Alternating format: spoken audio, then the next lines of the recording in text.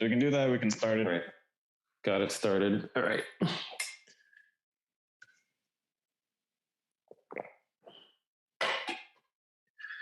Okay, so you can hear me? Yeah. Everything good? Okay, yeah, great. Everything sounds good. We can edit away the beginning or whatever, so that's fine. Sure. I mean, this is gold right now. Absolutely not awkward in the least. Do you want to start or should I? I'll start if you want. Let's welcome future viewers to this conversation, which we have not even named. That's one thing we need to work on. Definitely. Bro, Matt, look, that's robot vibes. Okay, I got it.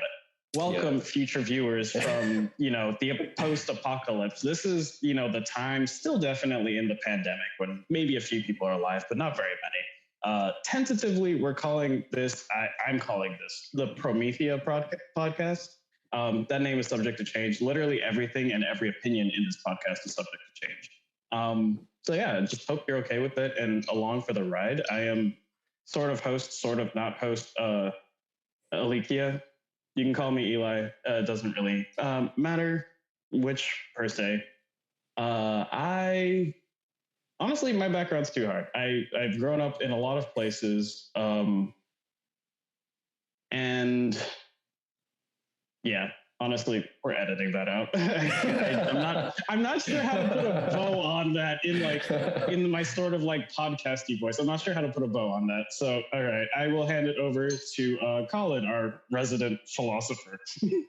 All right. So, did you? That's your intro, just Alikia. That yeah. All right. Yep. All right.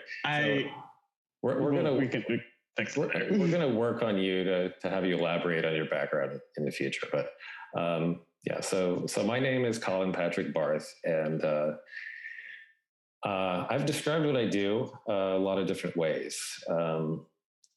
You've probably read, Alika, you've read, probably 10 different ways I describe myself, right? Promethean philosopher, underground philosopher, humanist philosopher, Nietzschean philosopher, writer, all kinds of things, right? I've done a lot of writing in print and online, originally online.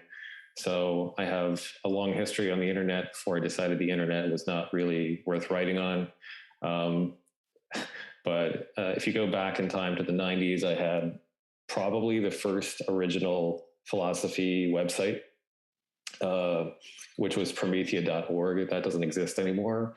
And I moved on to writing books, which lately I'm not doing either, but there's a long story there, which maybe we'll get into in the future because it's embittered tales of publishing and what happened to the world of literature and everything like that. But I guess basically I would describe myself as someone who takes ideas seriously and experiences seriously, and thinking about both, and sort of the idea that that a person can change the way they view life and change their life, and that humanity can make progress based on ideas and experiences, and thinking about both. So in a transformative way, I take ideas seriously. And that's really, really at odds with the way most people think about ideas and writing and literature. On the experiences end of things, I also do game design and storytelling. And to me, it's always kind of an integration, I guess I would say. I do things on the experience end, which are valuable for teaching, I think, in itself. So mythology and storytelling, fiction, writing fiction. Game design certainly has writing involved, but it's more along the lines of what does this experience teach you? And that's what I've been doing the last few years. But I also do pure philosophy in book form and essay form. And I'm not stuck just on writing, but I do a lot of work with words, and I've done a lot of writing in the last 20 plus years, which going back into the 90s, I was publishing just on the internet, and increasingly decided, well, I'm not reaching the same audience I used to, so let's go into books. And then sort of realizing like, oh, no one reads books anymore, and they don't want to publish interesting books anymore. So now I'm kind of migrating lately to working on a game, but I kind of try to go where I've tried to go where the audience is, and it's still always underground, I guess, because I think the people who are thinking and taking ideas seriously are always underground. But I like the phrase underground philosopher because it says I'm not academic, and that immediately sort of says I don't enjoy the boring conversations that philosophy is constructed around. I've also kind of liked the descriptor of, psychology, but again, not necessarily in a formal sense. So when you say that's one of the cheap ways that Nietzsche describes philosophy, it's also psychology. So it's sort of this inseparable thing, right? Inseparable adjectives, psychological and philosophical. So it's not philosophy at a distance from human beings. It's in the way they think and the way their minds work. It always has to be integrated with understanding. Human beings have a mentality, right, that is relevant to how thoughts work, and the thought is independent. It's not this Platonic ideal, I guess. That's how I think about it. Does that make sense? Yeah, no, that makes sense, and actually is a great starting point for introduction part 2.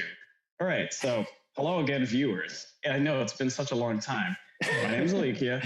You're going to call me Eli as well. I am a philosopher, but in a very different sense. Rather than an underground philosopher, I believe the Nietzschean sort of phrase where a philosopher is an artist of men.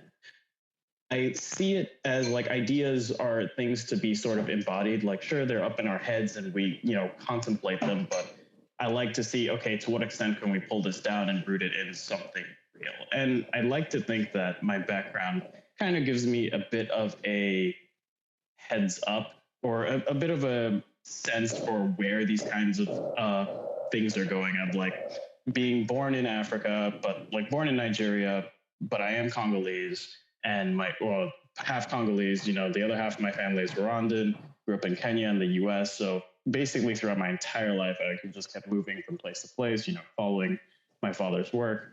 And it gave me a really good sense of, okay, here's a lot of different kinds of people from a lot of different, ways of life. And I found it all kind of very interesting. Eventually I did study economics and international affairs in order to try to get a more holistic, top view of what is happening that creates all this differentiation that we see. But I'm very much interested in okay, what can we do with the thoughts that we have? How can we live it in a way that actually brings out more of human potential? Because we see this everywhere. We see maybe places, certain people or certain places just aren't doing so well, and I'm very interested in knowing how to take what the next steps for, say, humanity as a whole is. And yeah, that's me pretty much. Great. So we should. You're liking. That's better. I mean, this is a novelty. We're not just talking to each other. We're talking to somebody who might view this in the future. So it feels a little strange. I don't think I've ever had to explain myself in that context to anyone in real life. I'm used to doing. It's not even the video thing. I got used to doing this over and over and over again for years, but in written form. So I wrote, maybe 100 self-descriptions for various contexts, but it was always written, right? I did do those 2 videos, which were video journals and meant to be very, non-conversational and very informal, but sort of about writing. The last one I did was 2017. So I literally did 2 videos and that was it. This is really quite a new thing. I'm used to the time that you have when you're writing. You can sort of craft it. So although I'm very used to conversations, it's only to the person I'm looking at. So this whole Zoom thing that took off is, not something I've been getting into. The same years when everyone was sort of like, we're stuck at home, let's embrace this, talk to everybody on Zoom thing so we don't feel, less extroverted. Well, that was when I became a hermit. So this is actually very different from what I've been doing for the last 3 years, including the pandemic.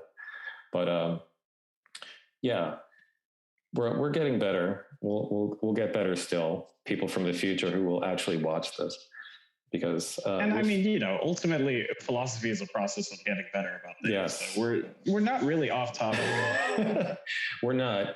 And you mentioned, I think, a really good topic to get into, which is sort of what it means to be doing humanistic philosophy, and this is a huge topic, really, and that what actually improves human life, what is humanist. And in this regard, I think we're at odds with a great many people, and I think also definitions of what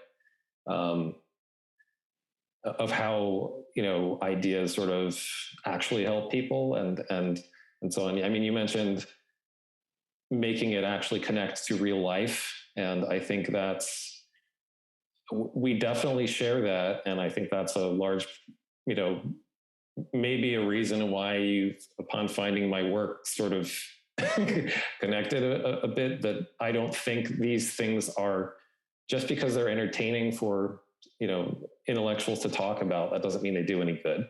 And I have that frustration with people talking about ideas as though, this is very entertaining and aren't we smart and all this sort of stuff. It doesn't necessarily do anything other than make you happy that you're talking about ideas with other people who talk about ideas. Or from a very cynical point of view, academia as sort of, especially, I'm not so sure about like international relations, but economics in academia is very much a sort of it's almost a game. It's almost as if, like, people, they're not really questioning the value of these ideas. It's just, here's how we do the thing, here's how we create the models. And then when you don't question it at all, it just kind of, you're in the self-fulfilling cycle of like, well, we know that this is right because, we're being paid to make it this way. And it's just like, is that really a sign that it's right? Or just that it's useful for some people over others? It's really useful to make money. And I think if you expand it beyond economic science and the sort of model-driven, math-driven, Keynesian stuff that gets funded, I mean, look at science in general, look at intellectual fields in general. These are people who are happy if they get funded, if their studies get funded, if they get work. You're not necessarily, I mean, only some of these things are results-based, if you look at it that way. Certainly that's true of the intellectual effort behind education, especially.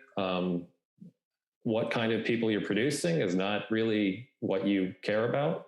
You can say this is of many, many, many fields. It gets to be less so when you're talking about hard sciences, and obviously there are some applied tests that happen in the real world. But it's amazing the degree to which intellectual fields, everything from economics to psychology and many, many scientific fields, so on. It's perfectly satisfying to a lot of people in academia. It's perfectly satisfying to a lot of people in think tanks, in government. If you can build these sort of giant castles built of theory and presumption and posturing and whatever, and status, how it's actually molding the world, how it might be influencing people and their preconceptions, its results to real people in general. Not so interesting. I mean, you're building the ivory tower. What are the rest of the people doing? Do you care? You're well-funded. You have a relatively well-off life. You're pleased with your life, but these are supposed to be the spheres of life, whether it's politics or education or economics or, whatever. These are supposed to be, the realms of human thought that improve human life, that, traditionally this is the stuff that, where these are the designers of how life goes for the rest of humanity, the big heads, going all the way back to Plato. There's this idea that, you especially educate people to sort of become leaders in both in the literal governmental sense and in the inspirational sense, and in the sense of how do you understand the world? How do you describe the world? How do you mold the world? You know, and thought leaders of all kinds and intellectuals of all kinds. And there's this implicit idea, it's almost taken for granted among these people, that we're good for the rest of humanity. And, you know, that's not necessarily true. And I think that's even true of some of the insurgencies in thought, like Marxism and many others. Are those good for other people? Well, they didn't necessarily care that they were not, because they were very self-satisfied with being Marxist intellectuals. But you can be self-satisfied with being any kind of well-taught, privileged person and not necessarily measure the impact of your ideas. And one way to do that is, what kind of individual human being am I producing? Another one is, what is the general happiness of other people? That's a utilitarian sort of quotient, you know, the most happiness for the most people, you know. But you could also say, without it being purely the rule, because utilitarianism, like, driven to its furthest extent, does run its head into the ground. Yeah, I mean, without making a parody of what Bentham meant or anything. But that's one, to look at the most, the common rule and the common result is one way to go. Another one is to go more elitist, more Nietzschean, and say, what are the most remarkable people you're making? And one of the things I love about him is that he takes great joy in talking about all these people who are supposed to be special, and sort of like deconstructing a lot of mythology about, you know, these people who are not necessarily as great as they're supposed to be, and not necessarily representative of something great. He sort of takes apart the mythology of towering figures in the Western canon and says, you know, essentially, this guy's a scaredy cat. This guy's, you know, redressing a weakness, and it's sort of very psychological takedowns of very well-respected people at the time. So not that it's just to score points, but I mean, it is an important thing to do, to say, are the most remarkable people that you are making out of the foundation you've set up, are they really the best, you know, are they really what we want to produce? When we create sort of a strong person, right? What does that look like? You know, what does a great person look like? The whole idea of what's the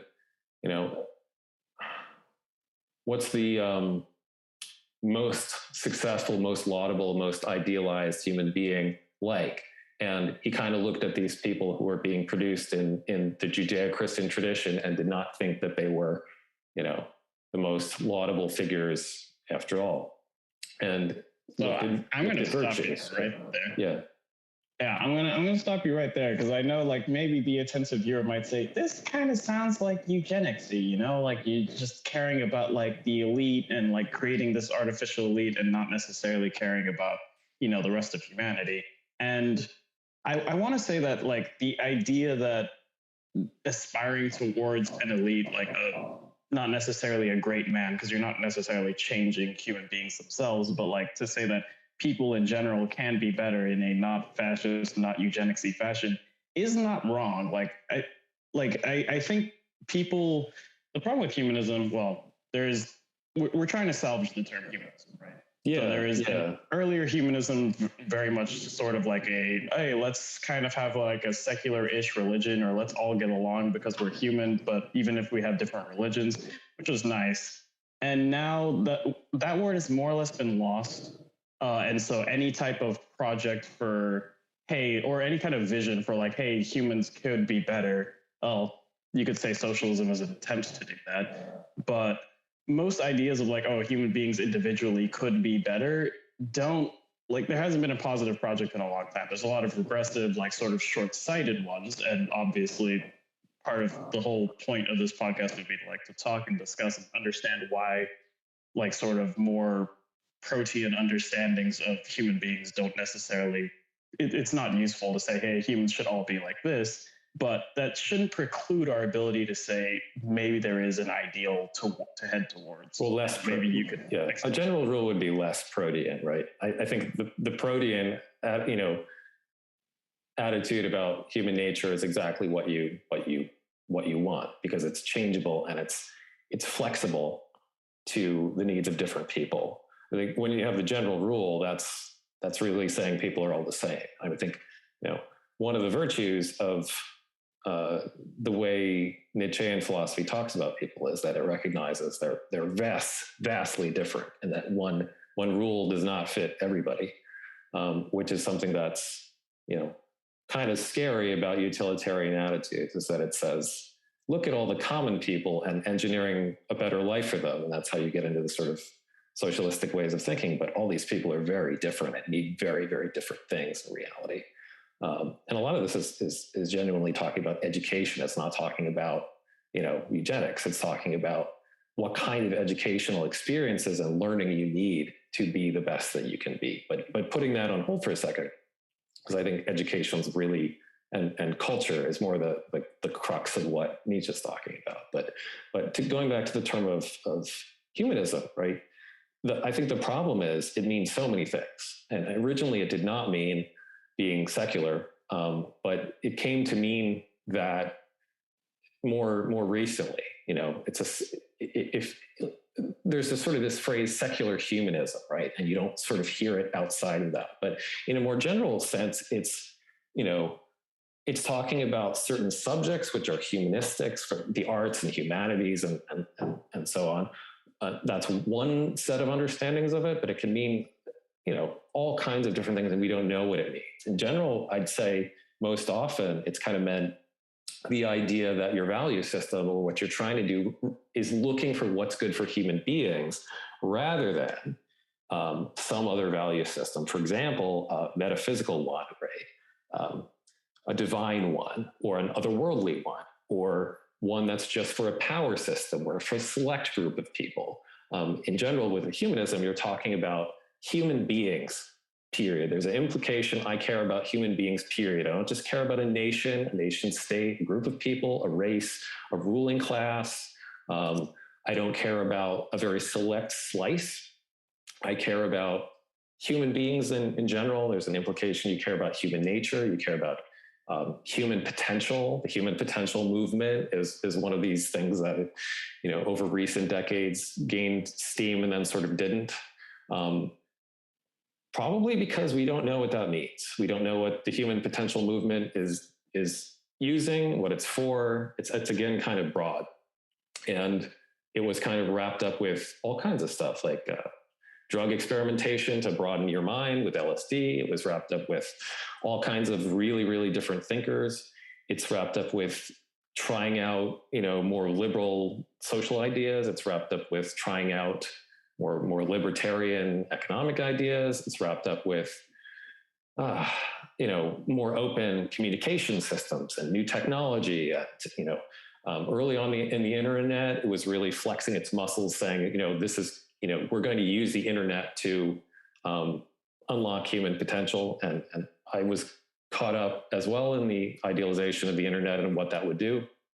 But the hype train. Yeah, every time there's a new technology, I mean, it's not always as stupid as NFTs with the hype, but the blockchain is not the only hype train for a new technology and what's going to do for us. I mean, to be fair, just like the printed book, having the printing press for the first time is sort of broadening the access to books, and the internet was, that was a miracle at the time.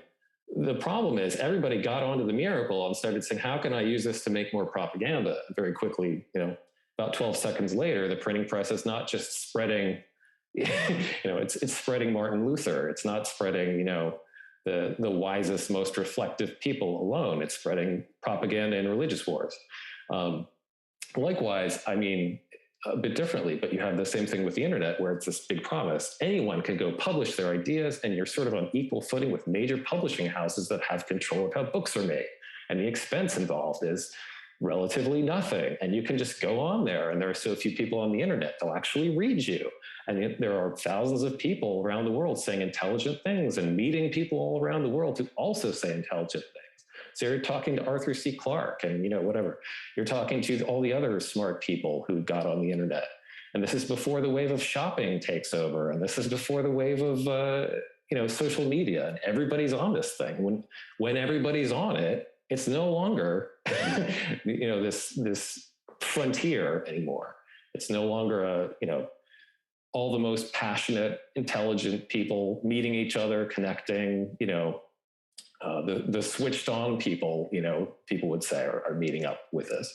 Well, pretty soon it was people who just wanted to shop, or pretty soon it was like, the corporations realizing this is a fantastic way to market everything. And we just have to buy all of this up and squeeze everybody out. And, it's this brilliant thing where, oh, Google, this is a really neat new search engine that works so much better. Let's all use it. And pretty soon no one can find the odd little interesting sites, so basically it was re-engineered to no longer have these promises. But, yeah, sorry. No, I find this interesting just from the point of view of like, I also just finished my software engineering. And so now my perspective of the web is very, very different. And it does line up with a lot of what you said, just in terms of the general history of things. It's like, yeah, sure, there's this new platform. It's great. It promises everything. And then, it gets oversaturated effectively over time. And I mean, we could say that what is happening right now with NFTs is effectively the .com bubble, but for blockchain. Where people are just spamming it with, oh yeah, we can make money off of it now. So now it's become this, rather than a niche idea, rather than the community being mostly people fascinated with the early promises of Bitcoin and a peerless or a peer-to-peer money monetary system. It's now just become a speculative investment for Wall Street and Main Street, I guess. At this point. It's a blockchain bulb.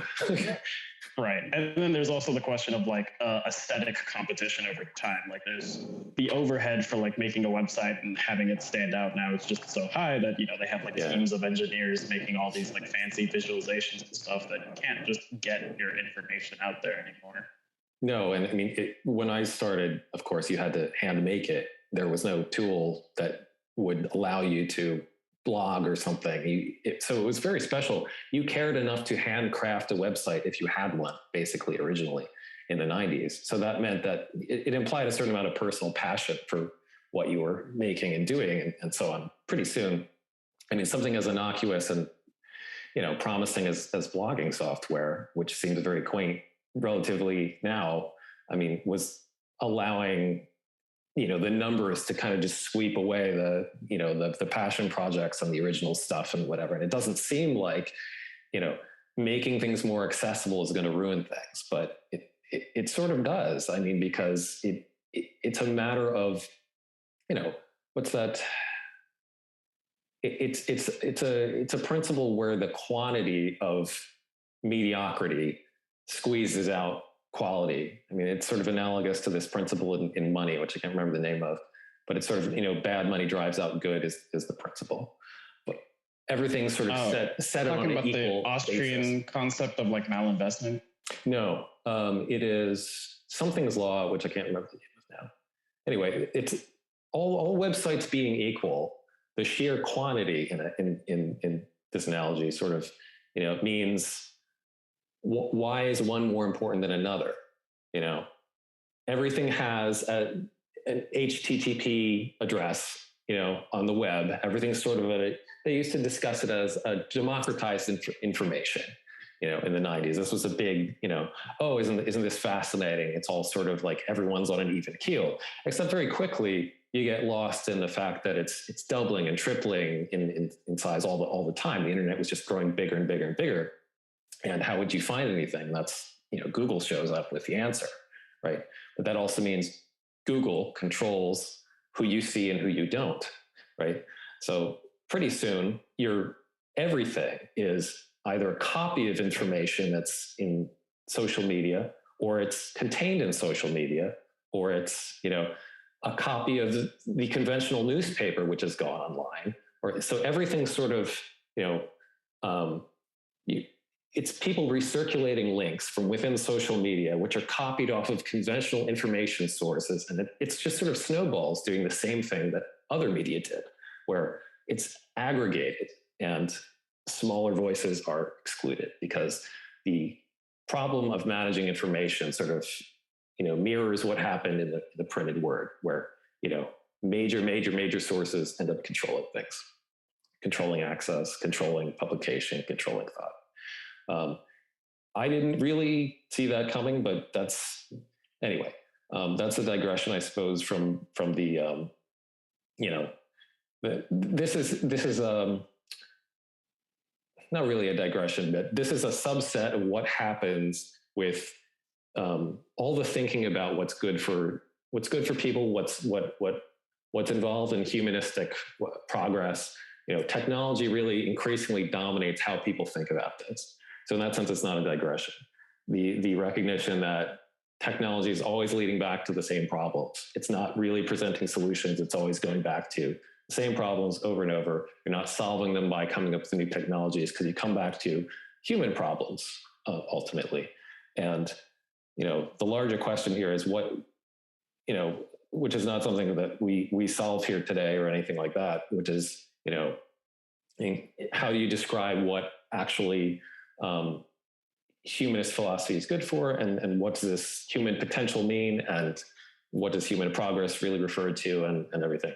To me, that goes especially to education, and the fact that I don't think it's being, I think that's where everything sort of begins and goes in a circle.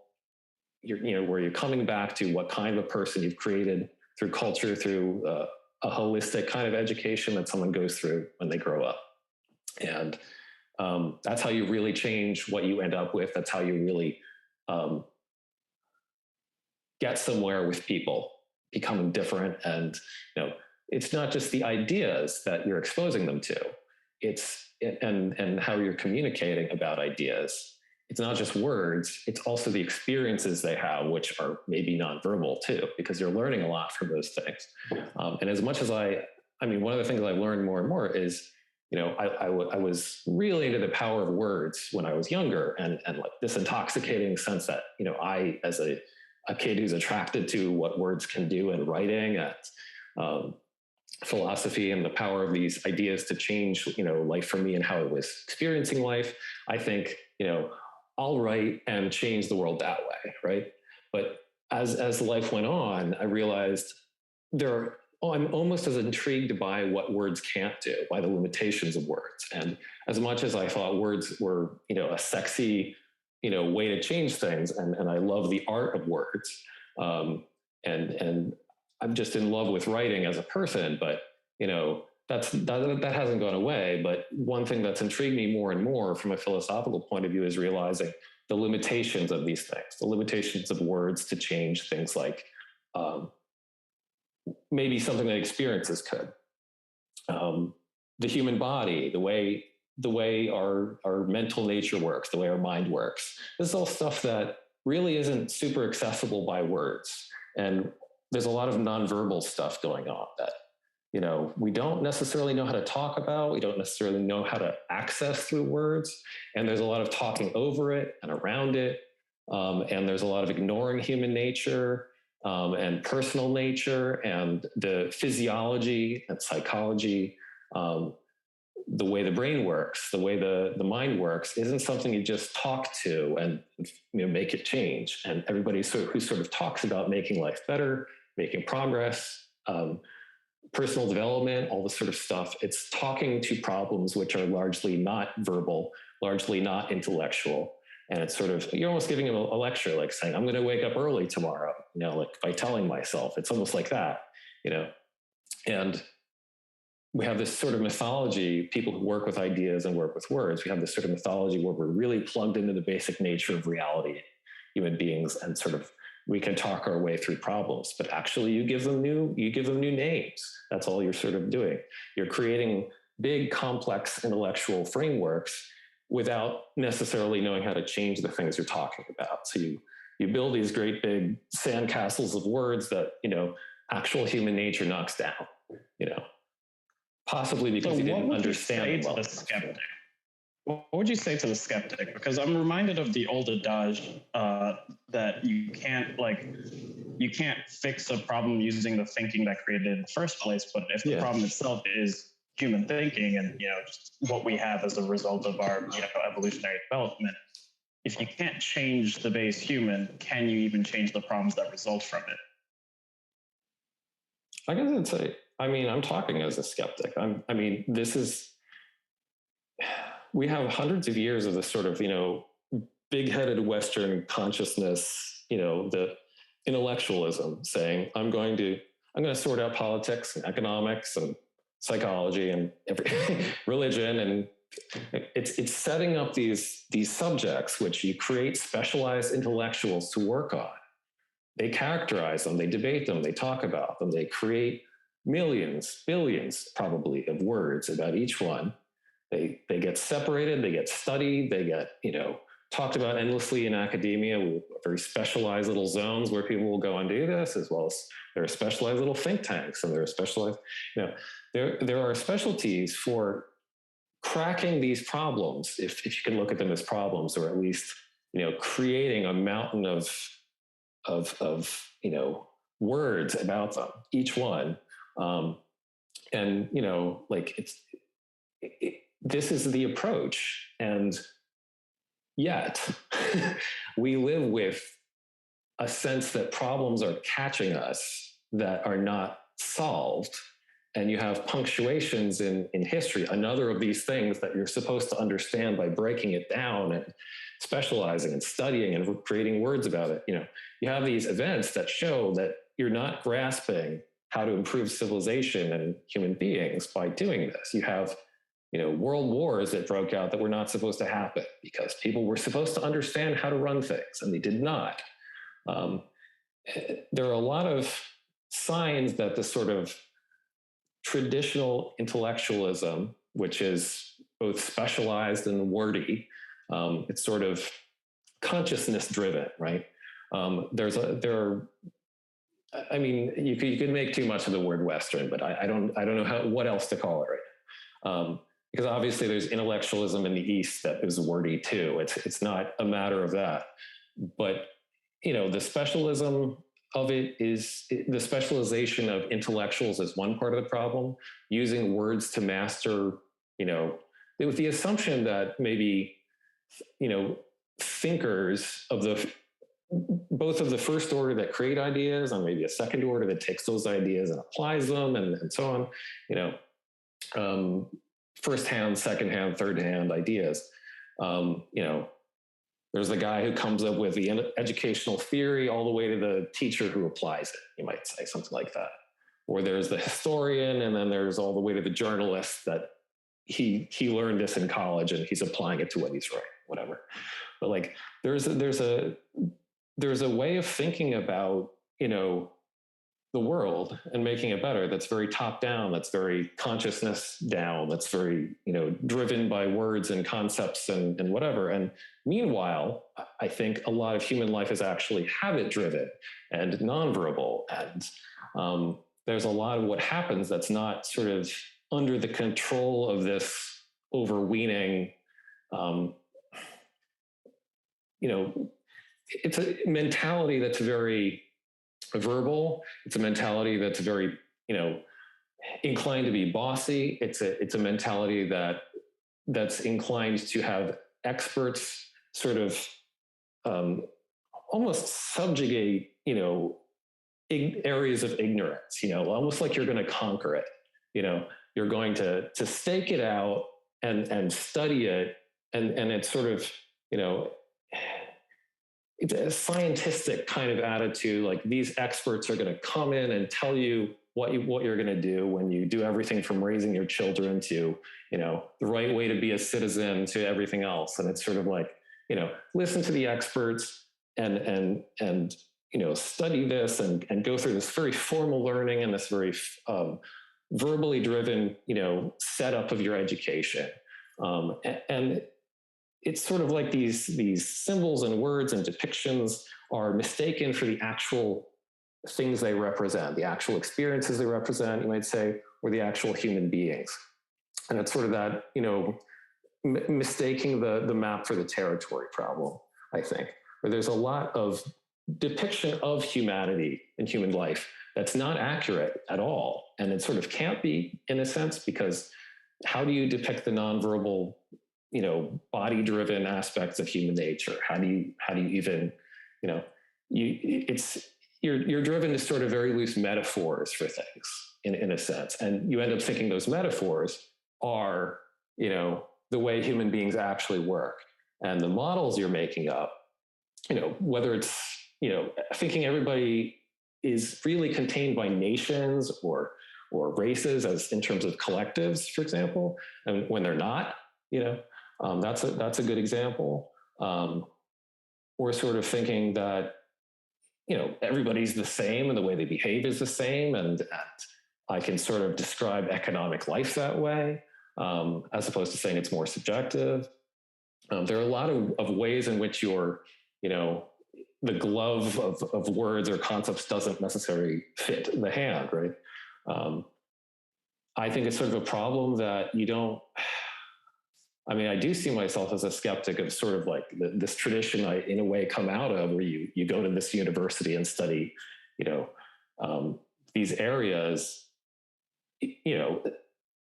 there sort of needs to be almost an anthropology that's not like this. There needs to be an understanding of human nature and humanity and certainly sociopolitics that's not like this. That's actually much more humble before the problem of what human nature is really like, what our experiences are like, how our minds work.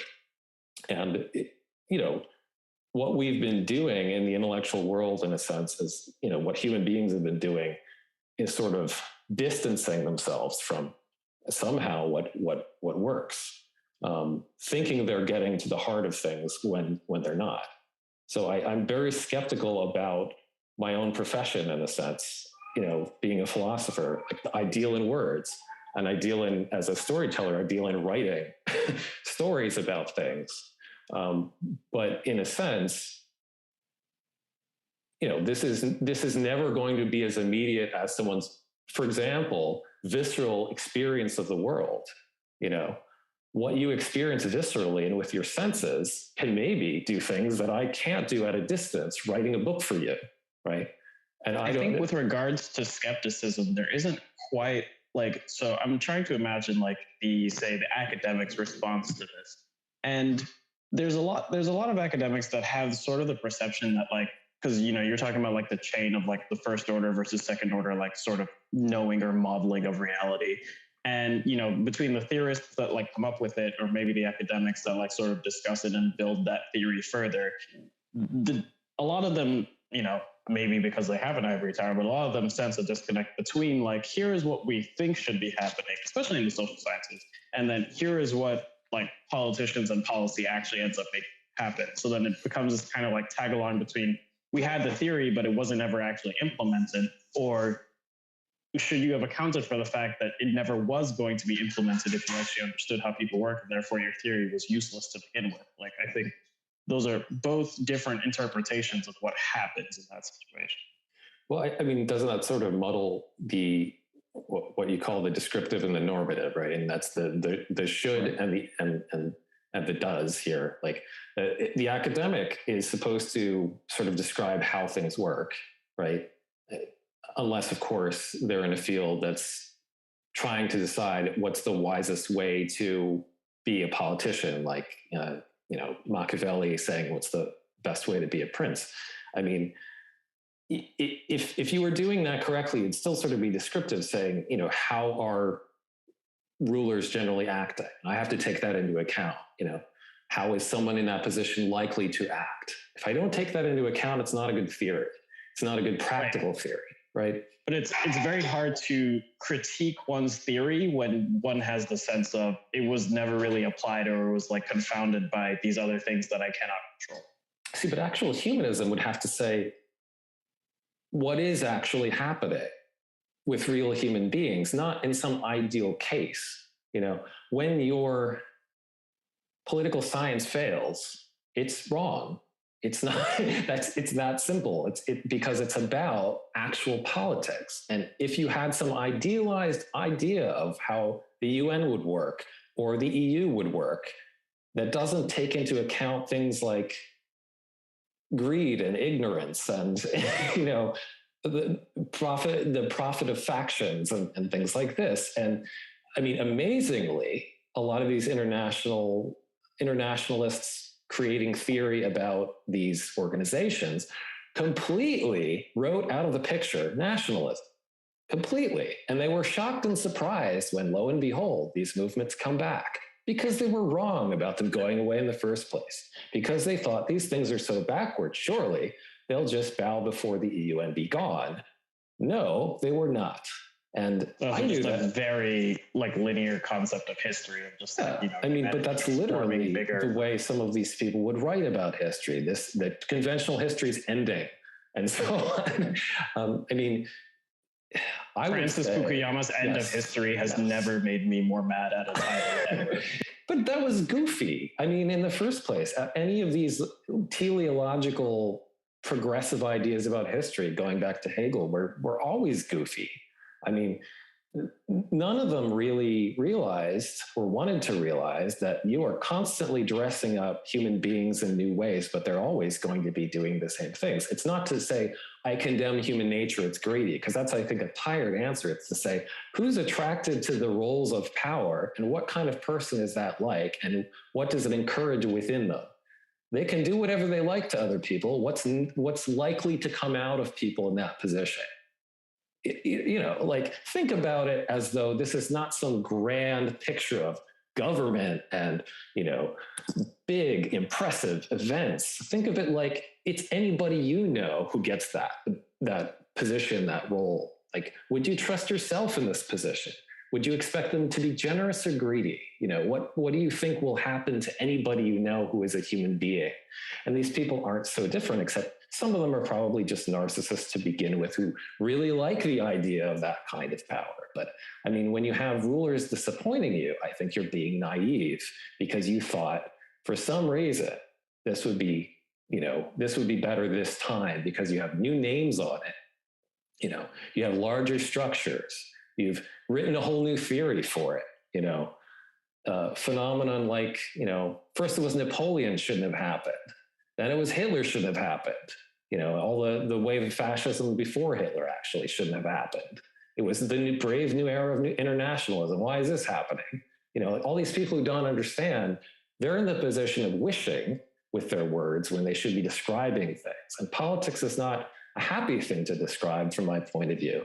And if you have laudable ideas about it, instead of seeing it as a sort of corruption of human nature and something to avoid, then I think that's a great example of being silly with sort of wishful theories rather than being descriptive, saying, you know, okay, there are situations in which human beings behave better than this. Why is that? And why are they regularly behaving so badly when we give them positions of power? It's like, well, maybe that's not desirable from the point of view of, you know, making the best of the human beings we have to be. But I mean, in general, I'd say this gets at what you said, really gets at a great separation between, you know, description and sort of the shoulds. You know, there's a lot of writing about how things should be, and a lot of it's pretending to be descriptive, and there's a lot of sort of, you know, confusion between those things. But I mean, like, in a practical way, how things actually work is a great way to test your theories. Like, when I apply this to the world, when I put this idea out there, what happens? What does this bank of ideas or this educational cultural set that I'm putting out there, that we're putting out there, what sort of people are coming out of this? What sort of lives are coming out of this? What's the effect, you know? And maybe it's not what you think it's going to be at all. I think you have generations, for example, of people sort of talking about how awful and evil and greedy making money is, you know, capitalism and everything. And they're sort of put in this position of explaining how bad this is to people who are reveling in the products that they can afford and the fact that they can actually, feed their children and what's going on. This is supposed to be bad. This is material life taking over from spiritual life. This is bad, and you're always talking about how such and such guy is really wealthy and doesn't deserve it. Like I say, no, he doesn't. But in general, you can afford to feed yourself.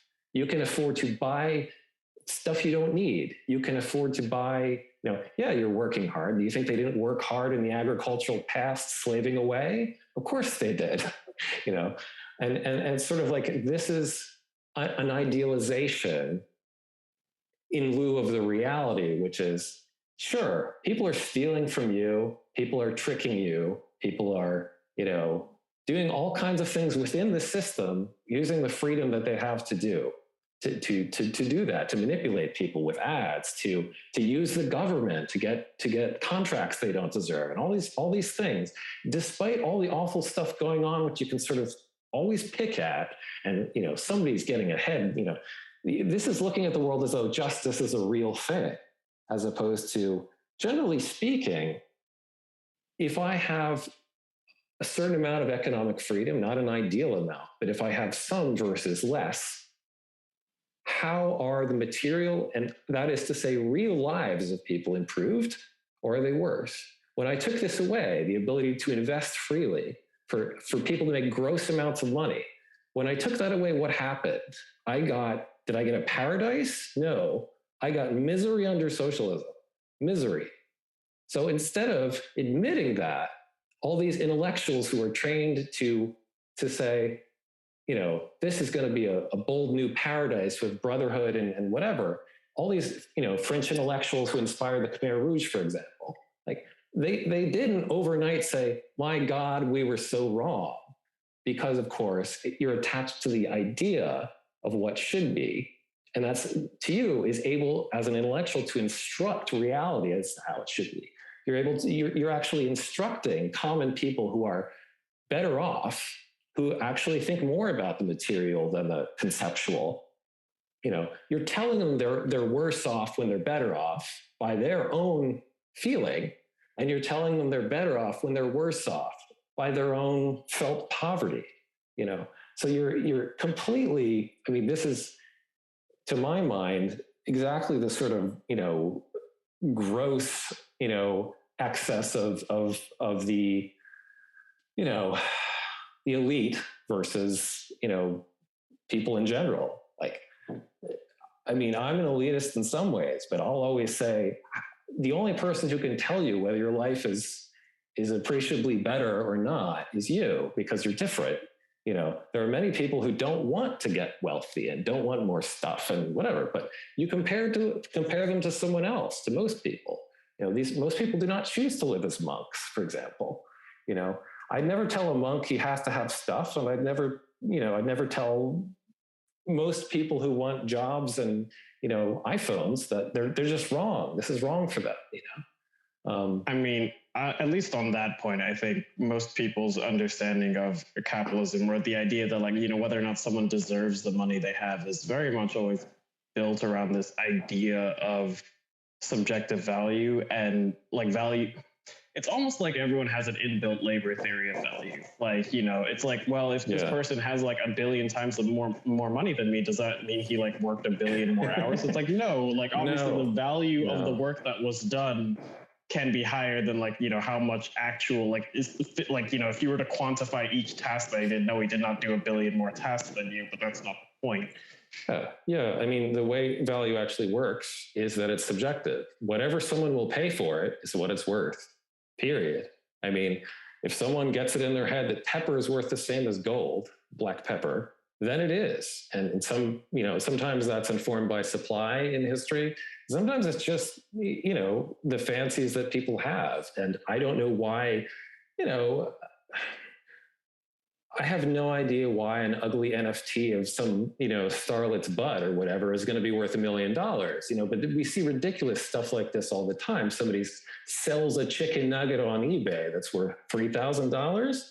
Is that worth, 30 times what someone with a work someone did? No, that's not how this is measured. To give them credit where it's due, most people also think that NFTs and that Among Us chicken nugget are also like silly things that should not have happened. Yeah, but they did. It is like the thing about I made up one of them, but you get the idea. What? The nugget thing is true. Like I know there was a nugget. The point is, you can't even tell anymore what the hell is real, right? I mean, well, all this stuff could be.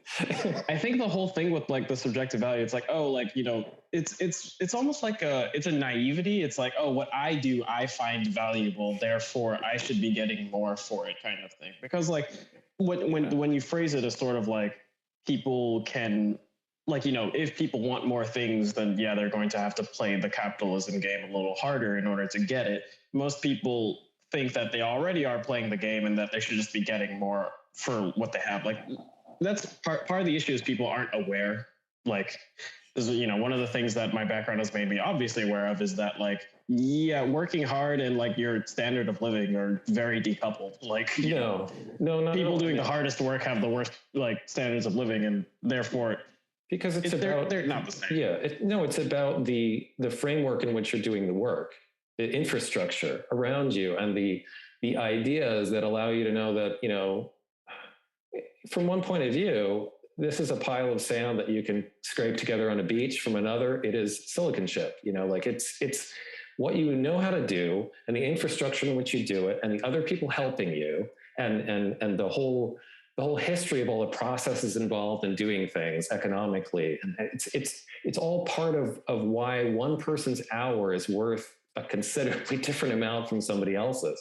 It's not necessarily, a matter of justice or anything like that. It's also a matter of capital that was invested in that history deeply enough into the past that it produced eventually, very efficient mass producing companies, And if that capital wasn't there, that wouldn't have happened, and the workers wouldn't be efficient, and they wouldn't be earning tons more in actual wealth. And of course, actual wealth isn't money. It's what you can afford with the money.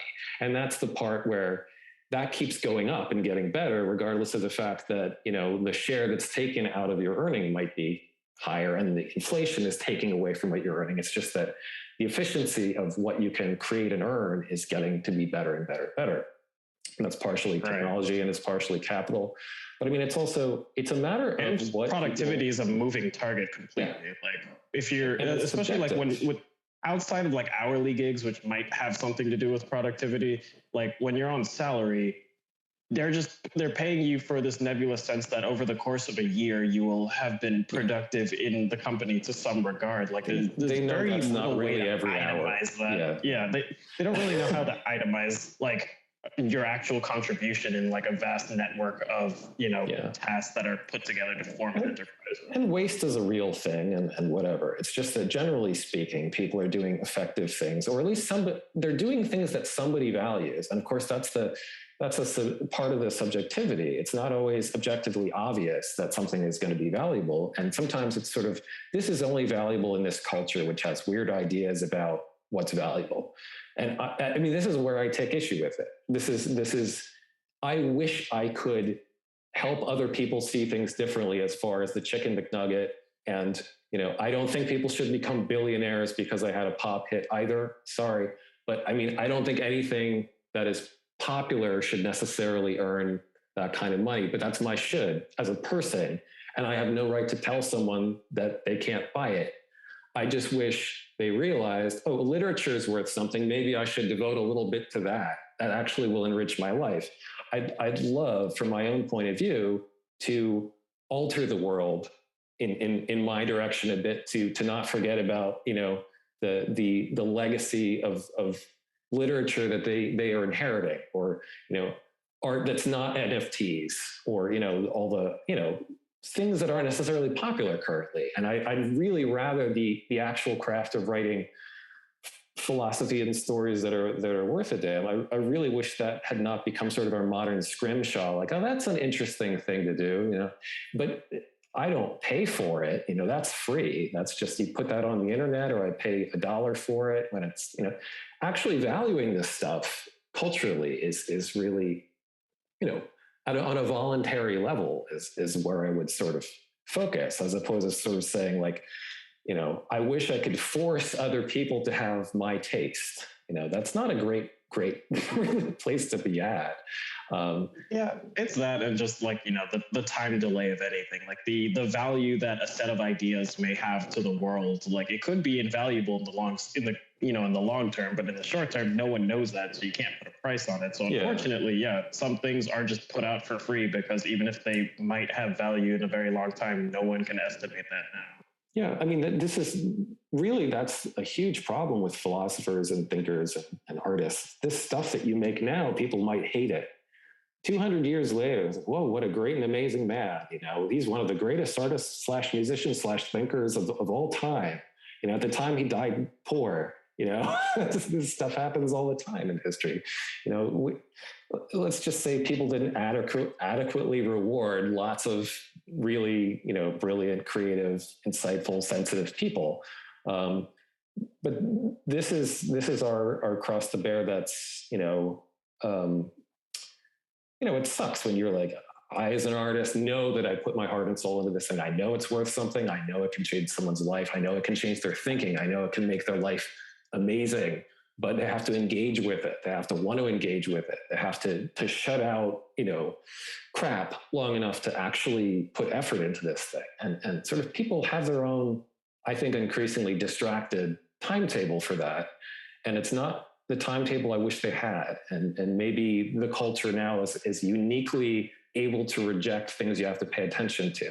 And I wish I could, shake people and change that part of it. But one thing I do know is that you don't get there by lecturing people about, lecturing them about having to make money, lecturing people about being distracted, whatever. I would recommend getting off, social media to people. Certainly I did. And I know my life is better. And, there are a lot of things that I would recommend, but I think it's the worst attitude to go around sort of pretending that your shoulds, that you're essentially your taste for the way the world should be can actually be sort of levered into the role of, almost like a scientifically understood description for how it has to be, how it has to work. Like, I don't like the value set presently active in our economics, so I'm going to pretend there's something horribly wrong with people having choice, with people, making money,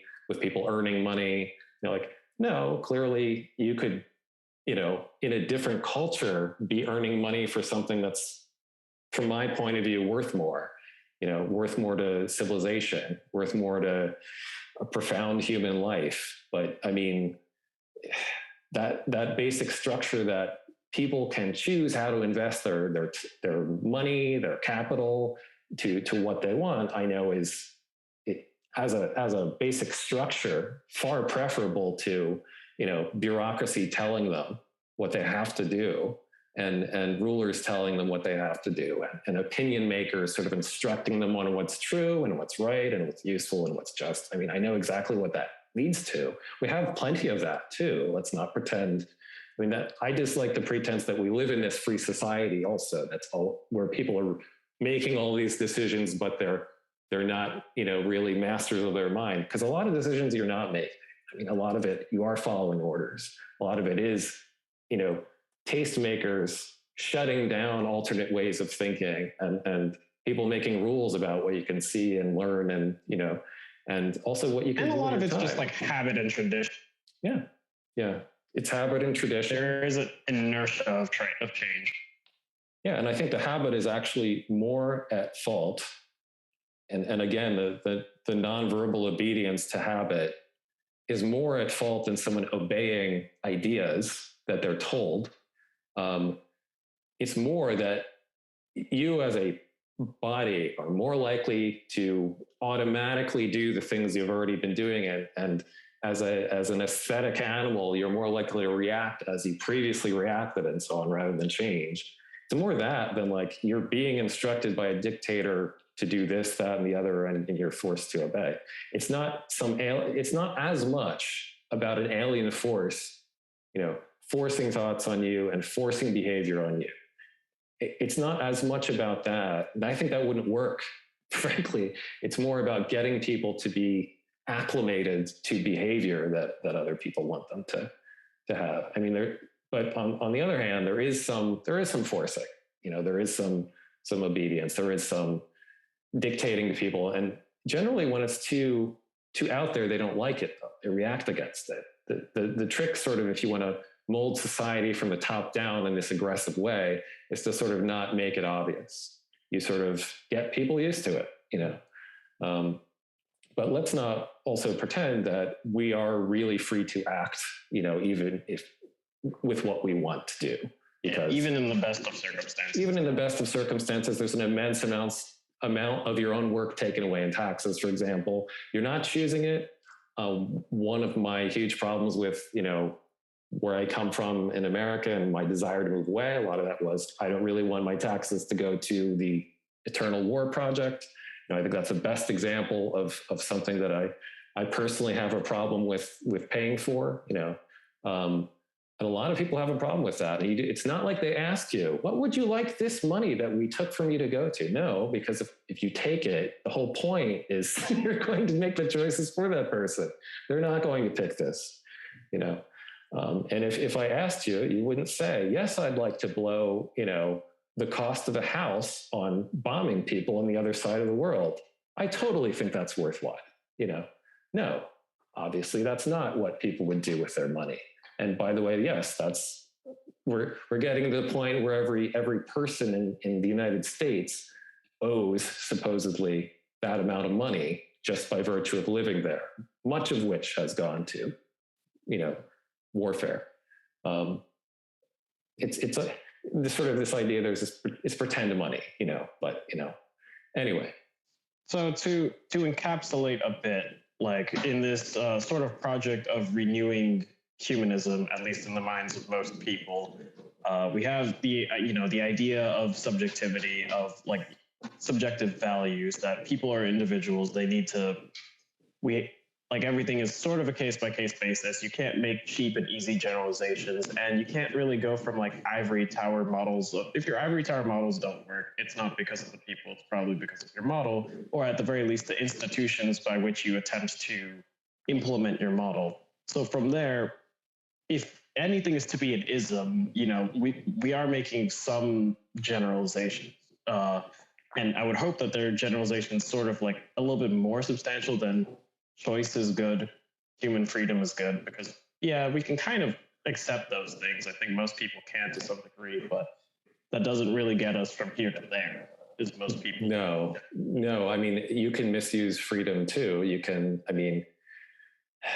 I'd say that the choices, it's possible to deify these things, and I am in favor of them. Let me just say that. I'm in favor of freedom versus control. I'm in favor of choice versus not. Partially because how else does someone grow? If you look at it from the point of view of growing up, you don't get to be an adult by being in, this iron fist of your parents. That's not how it works. And I don't think a paternalistic attitude towards adults is something that ought to make sense to people. And I think it does make sense to a lot of people. That's a mistake. But, as much as I am in favor of these things generally as a social answer versus the other answer, I'd say, okay, let's increasingly view people as mature adults who can learn and make their own choices and think for themselves, because the alternative is someone else is thinking for them, who doesn't care about them and doesn't know them. Absolutely. But at the, individuals, and especially as they think together in thoughtless groups, they can make huge mistakes with their freedom. They can,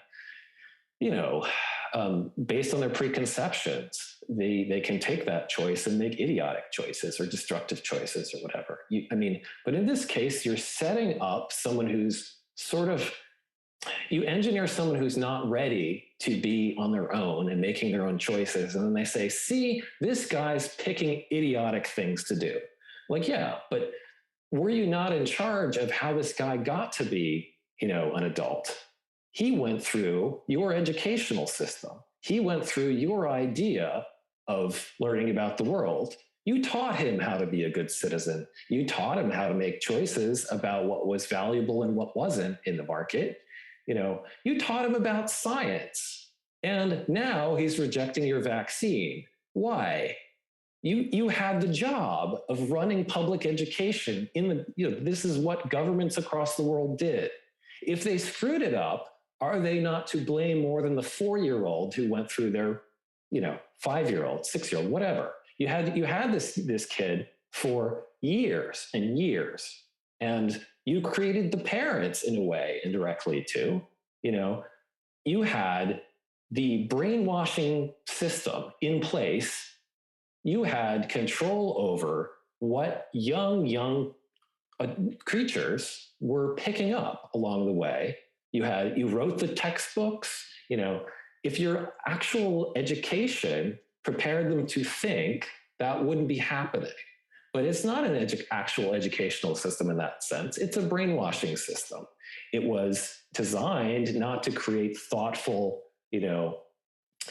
autonomous human beings. It was designed to create things like better workers and better soldiers and better, more obedient citizens, and people who thought, what this educational agitation group thought should be taught, everything from whatever, multiculturalism to Christianity to whatever. Everybody's agitating to get their good works into this system in every state across the world. A lot of it's sort of brainwashing away history that really happened and whatever. But a lot of it's leaving things out, like geography. Why teach Americans geography? We just bomb those places. That's gone. Like, why would we want them to know what those places are even called? That's useless.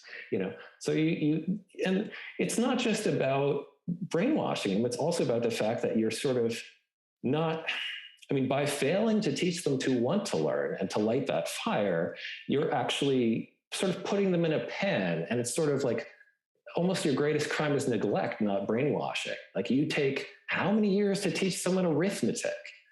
You're putting them to sleep. These are human beings are smart, and you're making intelligent people who might be, say, dyslexic think they're stupid, or you're putting all these clever little animals, you're putting them to sleep. You're not teaching them to think, to learn, to want to grow, and all this stuff. And then you sort of let them out to say, get a job, and it's you're clearly not in the project of how do I make the best human beings I can make? How do I prepare people for thinking on their own? If you're brainwashing, you're shutting down independent thought as much as possible, but you're also just, sort of putting people in, so to speak, daycare. It's like a little prison for children, like keep them in these sort of very boring, contained places. This is what a lot of so-called education, formal education, is like. This rote instruction, and then in the United States, it's particularly bad. It's particularly, bad at teaching anything real. And I think even by world standards, it's particularly lax at being inspirational, whatever. And the indictment here is people are totally detached from a lot of their birthright as human beings and all the wonderful things that they could be learning from. And they're not, proud to be human beings, and they're not saying, I'm excited about what I'm going to do. And they're sort of like bored. I'm a bored teenager. I have to get a job now. They have miserable years in school, and they're sort of like, oh, well, now I have to be an adult. And they don't know what they don't know. They don't have any idea about the whole worlds that they were never showed, but they also have this sense of like, I'm either going to be obedient or I'm going to be rebellious. And you get these sort of very obedient conservative people, but you also get these people who, they're the only thing they know how to do is sort of rebel against all this instruction at obeying that they got starting in school, and they continue to get under sort of the government, and they don't know how to process complex things like vaccine science or something like this. They haven't been taught any of this stuff. And then you get mad at them and they're like, well, I don't think you should be forcing this on me. It's like, of course they don't want that. But that's all that they can do is sort of say, yes, I obey, or no, I won't obey. They don't actually have any way to think about it other than that, because that's all you've ever given them in the roles that, you know, starting as a child in school, that's all they got, you know. And that is indeed the state of the discourse right now. It's literally just obey or don't obey. Right. And then you're talking down to them. You're mad that they don't know things. Like, yeah, but where did these people come from? They went through your supposed schools. They took science, supposedly. They don't know how anything works in a cell. And somehow they graduated from biology, and they don't know that it's not possible for DNA and mRNA to interact in the way that they're describing on Facebook. And you get really, really mad at them with your, you know, college education or whatever, and yell at them like, and yet, you know, the people yelling at them don't even know this stuff, you know. And it's just all this talking down to how do these idiots not, you know, just obey and get their vaccine. It's like, well, they came out of this mass education system that's supposed to get people ready. And, you know, so don't blame them as much as the fact that they don't know any science. Why are we not blaming the system that gives them no science, no ability to think they were not on their own? I mean, it's not so much they didn't get the particular science as they literally don't have the instruction to say, how would I learn this if I wanted to? And, you know, if I don't know something, I think I'll just go learn it because that's the process I learned. I can investigate this myself. And somehow you've taught millions of people not to know how to do that for themselves. And that's an amazing miracle because it's not that hard. You know, I just kind of have to go on Wikipedia and learn from, you know, the experts who wrote that, oh, okay, that's not how a cell works. I probably shouldn't have gone with the first video off YouTube on this. You know, it's not very hard to know that a lot of conspiracy theories are stupid, you know, but telling people they're stupid is not really, I mean, it's kind of missing the big story, which is, you know, you have systems mad at people that engineered those people. These systems are made on social engineering, right? Right. There's that. And I think like there's also a sense in that people I think overestimate the role of intelligence in education.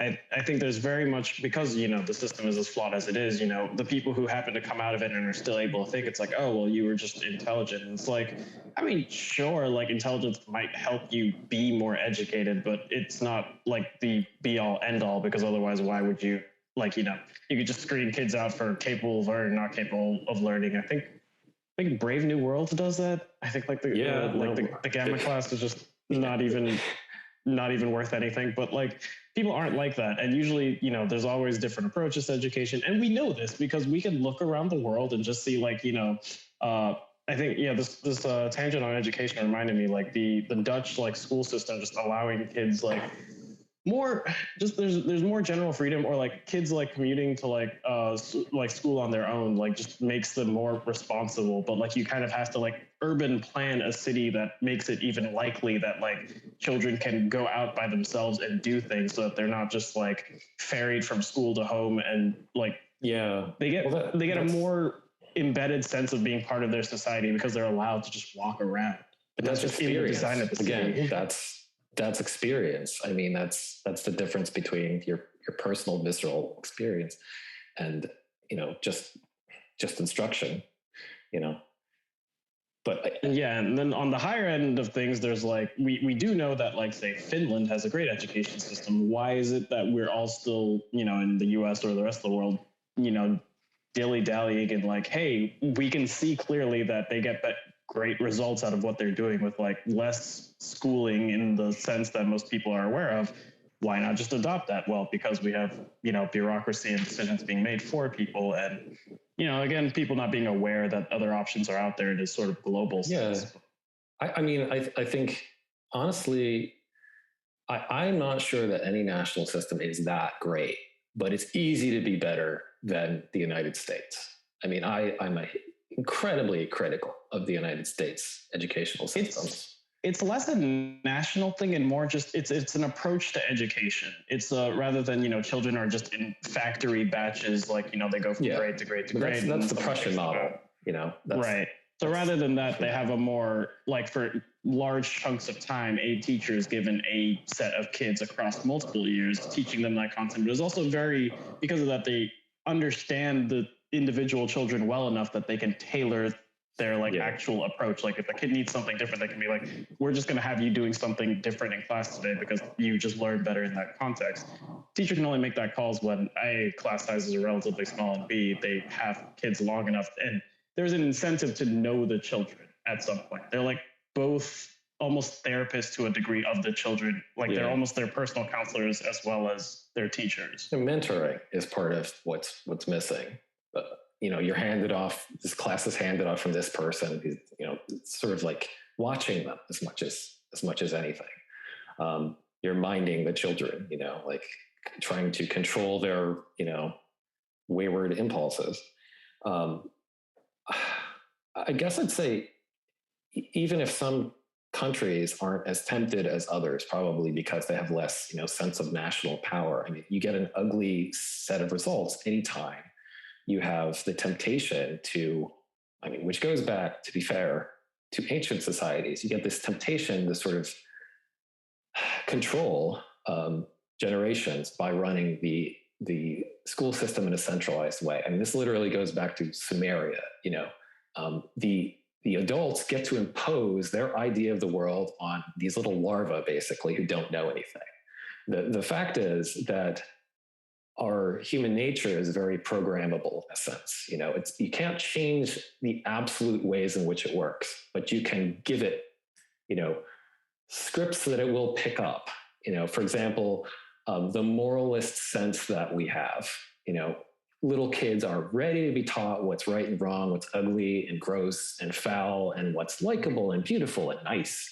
And you can absolutely plug in anything you like in terms of the attractive and aversive script that every little, primate is ready to get from the group.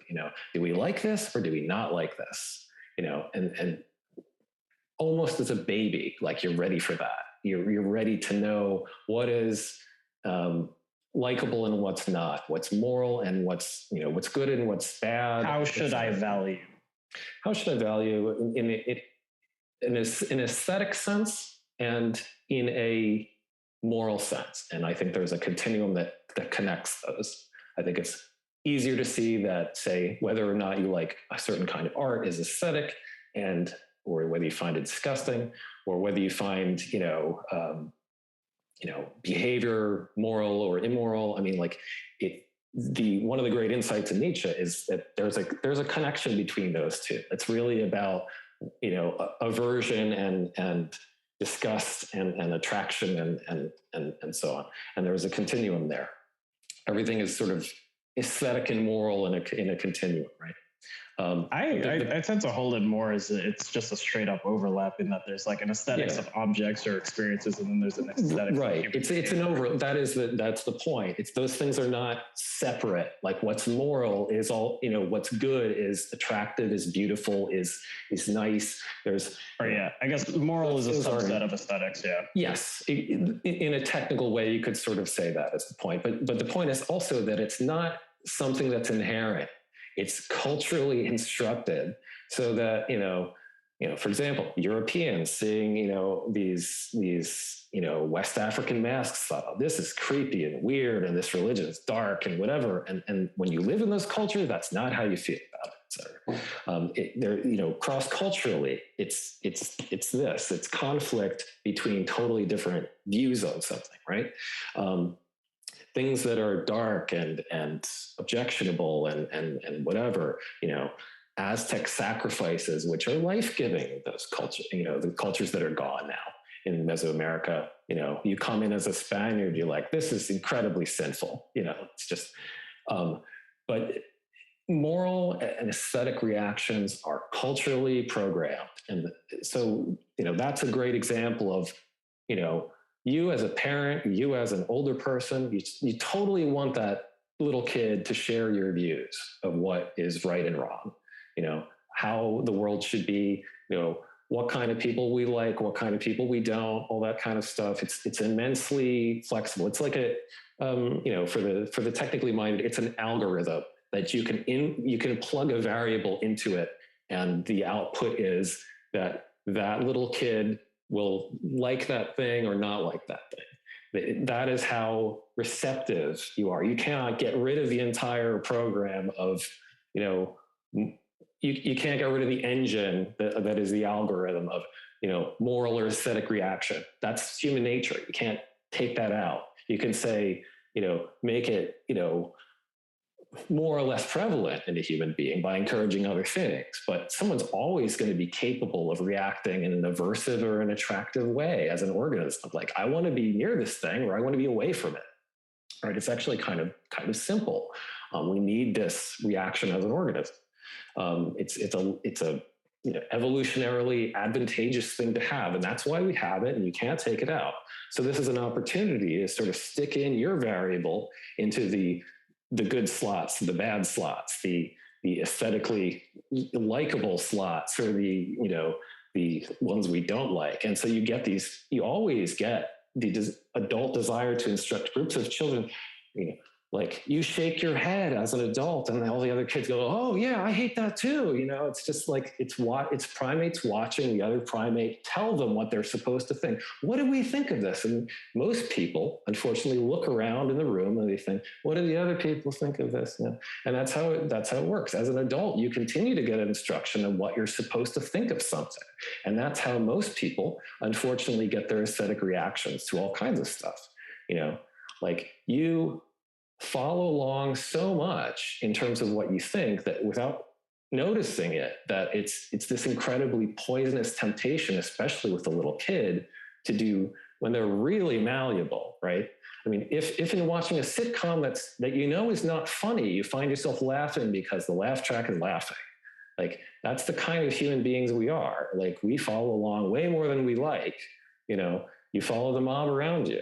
And there's an extremely funny YouTube video that is literally that. There's this guy, I think he's a chef, and he has one of those cooking shows. And one of the ones he does is he has a group of kids, and he shows them how a chicken nugget is made. So you blend the meat and whatever filler into a puree, and it's like, oh, would you eat this? And the kids are all like, no, that's gross. And then you mix it a chicken nugget. It's like, are you gonna eat this? And there's one of two reactions. The kids are either like, oh no, that's gross, because now you've shown me that's gross, and you've been posturing and sort of morally validating that it's gross. Or the kids are like, yeah, it's kind of gross, but I'll still eat it because I already know chicken nuggets are good, kind of thing. And either way, regardless of what response the kids have, he's always just like, see, chicken nuggets are gross. But if the kids still eat the chicken nuggets, he has this perspective of, oh, well, see, clearly they're gross, but kids will eat them, kind of thing. So it's very interesting that regardless of what outcome they have, he just still rides it as,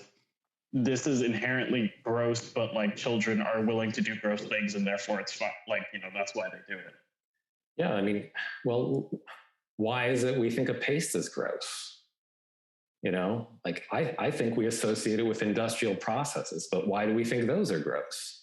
I mean, that's an interesting question. It's not obvious, but I think we probably all grew up. It's a vague appeal to tradition, I would guess, of people most food in human history not necessarily being a paste, unless actually that's not true, because a lot of things were made into paste. A lot of things were made into paste. It's just an unfamiliarity with it, I guess, because there's a lot of African foods that are effectively there's fufu is basically kind of edible, gray or white Play-Doh. Yeah, but yeah, I mean, it's just flour pounded together with some water. All kinds of stuff. Some people think eating effectively Play-Doh is weird, and I'm like, everyone eats this though, and it's great. Right, but I mean, part of it is you had, unless you're really young, you had years of really gross processed foods before they got better at it too. That's part of it, maybe, is but I mean, anyway. Getting back to the the point is, right, who could resist, given the fact that you've got state schools, who could resist instructing people in the right thoughts that you are convinced are objectively right? That's part of the problem here. Not only are you in charge, a group of people, I should say, it's not one person, but it's groups of factions that are overlapping, right, that are fighting over this. They're in control of an educational system that's centralized. It's owned by the state. So it's top down, centralized, collectivized. It's also moralistic. It's people they're in charge of this because they think, well, clearly all the state schools in Sweden must be our kind of Christian, or whatever. You in the Midwest in America, you think everybody's got to be a fundamentalist, and whatever it is. If you were in charge of Marxist education, very clear ideas about right and wrong, and I don't want to see anything else. Part of what's always right in these systems is obedience, usually listening. There's a whole moral structure for children have to do these things. It's probably across the world, but very rarely are they welcoming of interruptions, criticism, really, really piercing questions that ask a lot of, but why is that so? That's actual children want to do that too. They want to say, right, I'm 2, I have a lot of rude questions, right? And that they learn quickly that's not acceptable, and that's acting out, and that's just bad behavior, whatever. That's sort of more natural, right, for a kid. But they learn that's bad. You're talking too much. You're asking too many questions. I don't know the answers. You're just being an awful little brat, right? So but because they are centralized, state-run, and moralistic, no one seems to be able in that position to resist, to some degree, sort of orchestrating the right opinions, because they're convinced, of course, their opinions are right, and they want them copied in the next generation. And I think, even if to some degree you resist this temptation because you're Finnish versus, some proselytizing set of Americans or something, to some extent you're doing this. And I think part of the answer has to be, let's deconstruct that whole setup where it's centralized and top-down, state-run, and there's no alternative, and making people more conscious of the fact that they're being moralistic in instruction towards children. You're not letting people think for themselves. You're telling them how to think. You're not helping them to learn how to think. You're telling them what to think. Consciousness of that from people who are trying to be teachers, and what that means and what it's desirable to do there, is part of the solution. But I think also decentralizing it has to be part of the solution. Why is the answer the same for everybody? It's not necessarily. And there's a Finnish model where, even though, I guess the schools are still functionally, state run, the teachers have more flexibility in terms of what exactly the shape of education is, as opposed to here's the American system has a standardized rubric. Every teacher has to teach these things. Yeah. Therefore, there's very little flexibility in even how you teach those things. Oh, it's brutal. Yeah. But then and I think this goes back to a thought I had when we were discussing people's thoughts on capitalism. Is okay. So people will have this state solution, which they can acknowledge is bad sometimes. But then when they make charter schools, or ostensibly some private schools, that those can even be more dog shit. I know there are obviously anecdotal. I don't know the degree to which this is the trend, or this is the rule rather than the exception. But Christian schools or Christian private schools that actually are just worse than public schools because they're putting way too much emphasis on the word teaching religion, and we don't really want you to understand science. Possible. Some of them are better, some of them are worse. I went same to a Christian deal I assume with charter schools, where some charter schools are just we prop up a school, we get a license to teach the kids, and then they just walk away with the money, and the kids are just kind of there to be there. I do think, again, failures are no excuse for not giving people choice. Just because sometimes it goes wrong. Of course it goes wrong, but if it's mandated, it definitely goes wrong in a sense. You have essentially... If it's mandated, you can't compare, and that's worse than, you don't even know whether or not it went wrong. But, centralized, massed ranks of children kind of thinking is clearly, wrong. It's basically communist education in countries that supposedly aren't. It's this incredibly regimented, set of rules that go across the board, and even the teachers feel very constrained by it. But it is absolutely, it's this lesson plan across the board, and all these students are treated the same, even to the point where, most of the time, the huge number of dyslexic kids are not found, and they're treated like they're stupid because they're not keeping up. because they're not singled out like, oh, we need to teach you differently. Like supposedly they find those kids. In reality, they don't. And that they get bad grades and they end up thinking, I'm stupid. I can't actually use language. When of course they can,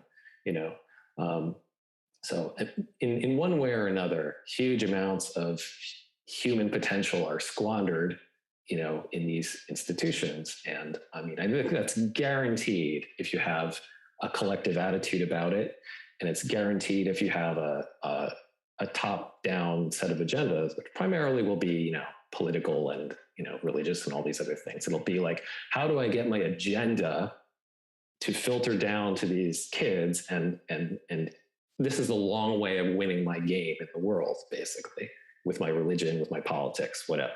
These children are useful to a larger project. It's not how do I make myself useful to them, which is the way real teachers and mentors are. You're giving to the future in the real way to do it. It's not, how can I impose my present on the future? My present ideas, my present agenda, and whatever. I think, for sure, like that has to go away. But the thing that could continue to be a problem, even if you decentralize, is the moralistic part. You can be moralistic and decentralized. You can be moralistic without a state. This is one thing, like, as you know, I was writing about this like way back, the fact that sort of libertarians don't get the state is not the whole of the problem and collectivism is not the whole of the problem. There's also this other problem, orthodoxy, where you are imposing a moralistic idea. Now, if you're religious in a very organized way, you may not see that this is a problem because you're convinced your orthodoxy is a great one. But I mean, the whole problem of orthodoxical thinking, there being a right, set of dogmas, which you kind of don't want to deviate from, or at least not much. Like the whole problem is other people don't agree with this. This isn't flexible enough. In my criticism of orthodoxy is always like, this is inherently not flexible. It's an inherently, right and wrong model, but it's also an orthodoxy means that it's inflexible about what's right and what's wrong, and you could totally have that in, very humble, decentralized situations. And that has happened, little school in the middle of nowhere, answers to nobody. And, it's teaching very, rigid, views on, say, spirituality or, the nature of the universe or whatever. It's teaching kids, essentially a little cult, that absolutely happens in history. And, it's not necessarily that you have all this power, pulled into the center of a system, of a giant system that treats everybody the same. It's just that you are in a relatively decentralized way, potentially, telling people what to think. And of course, that gets worse when you have a big centralized system and it all plays together into one giant problem. But it's not as though that couldn't happen in any school, in any, and in fact, it doesn't need a school. It doesn't need a classroom. It could be someone programming somebody else because it's a single mentor and a single kid, and the mentor is thinking, I need to teach this kid the right way. And that's all he's thinking about, he or she, and it could be the ultimate decentralized education, it's just one-on-one, learn my rules. Right. Or for whatever reason, like, any individual mentor with any individual student can always a person can always offload their knowledge in a way that's their agenda. I mean, I think that's a lot of the understanding of what teaching is. That's sort of now missing. It's not, how can I set you up in an environment in which you can learn how to be, the human being you want to be, or need to be, or whatever. It's not about enabling you. It's about you serving my preconceptions. I'm sort of programming you rather than, preparing you. And those seem like the same thing, I think, to a lot of people. But so to what extent is this like a sort of individual problem where individuals have to be conscious of, obviously what they're doing in whether or not they are passing an agenda to their kids, and to what extent is this a, you know, more of, I want to say like a societal or like structural problem. Like you set up an incentive structure, like a kind of school system that doesn't, like, you know, you set up the incentive such that people are not do not tend towards that kind of behavior. I mean, I think that's a hugely important question, but I mean, it's got to be both, right? And the incentives are such that if you feel like you have to engineer the new generation to follow your ideas, and it's a compulsion that people have, and the incentives are absolutely there to do it in present societies, because, you know, there's even a lot of thinking where it's sort of defensive. You know, we as Christians are being edged out, and, you know, they think in the States and stuff, you know, if we don't teach our kids to think, you know, think these right thoughts, they'll be programmed by the state schools to think other thoughts. So a lot of it is sort of, it's almost like an arms race where if people think that if we just let things happen, they'll go to hell, and, you know, the other forces will take over, because it's not unknown to people that the agendas are out there. They just don't see their own as a malign agenda.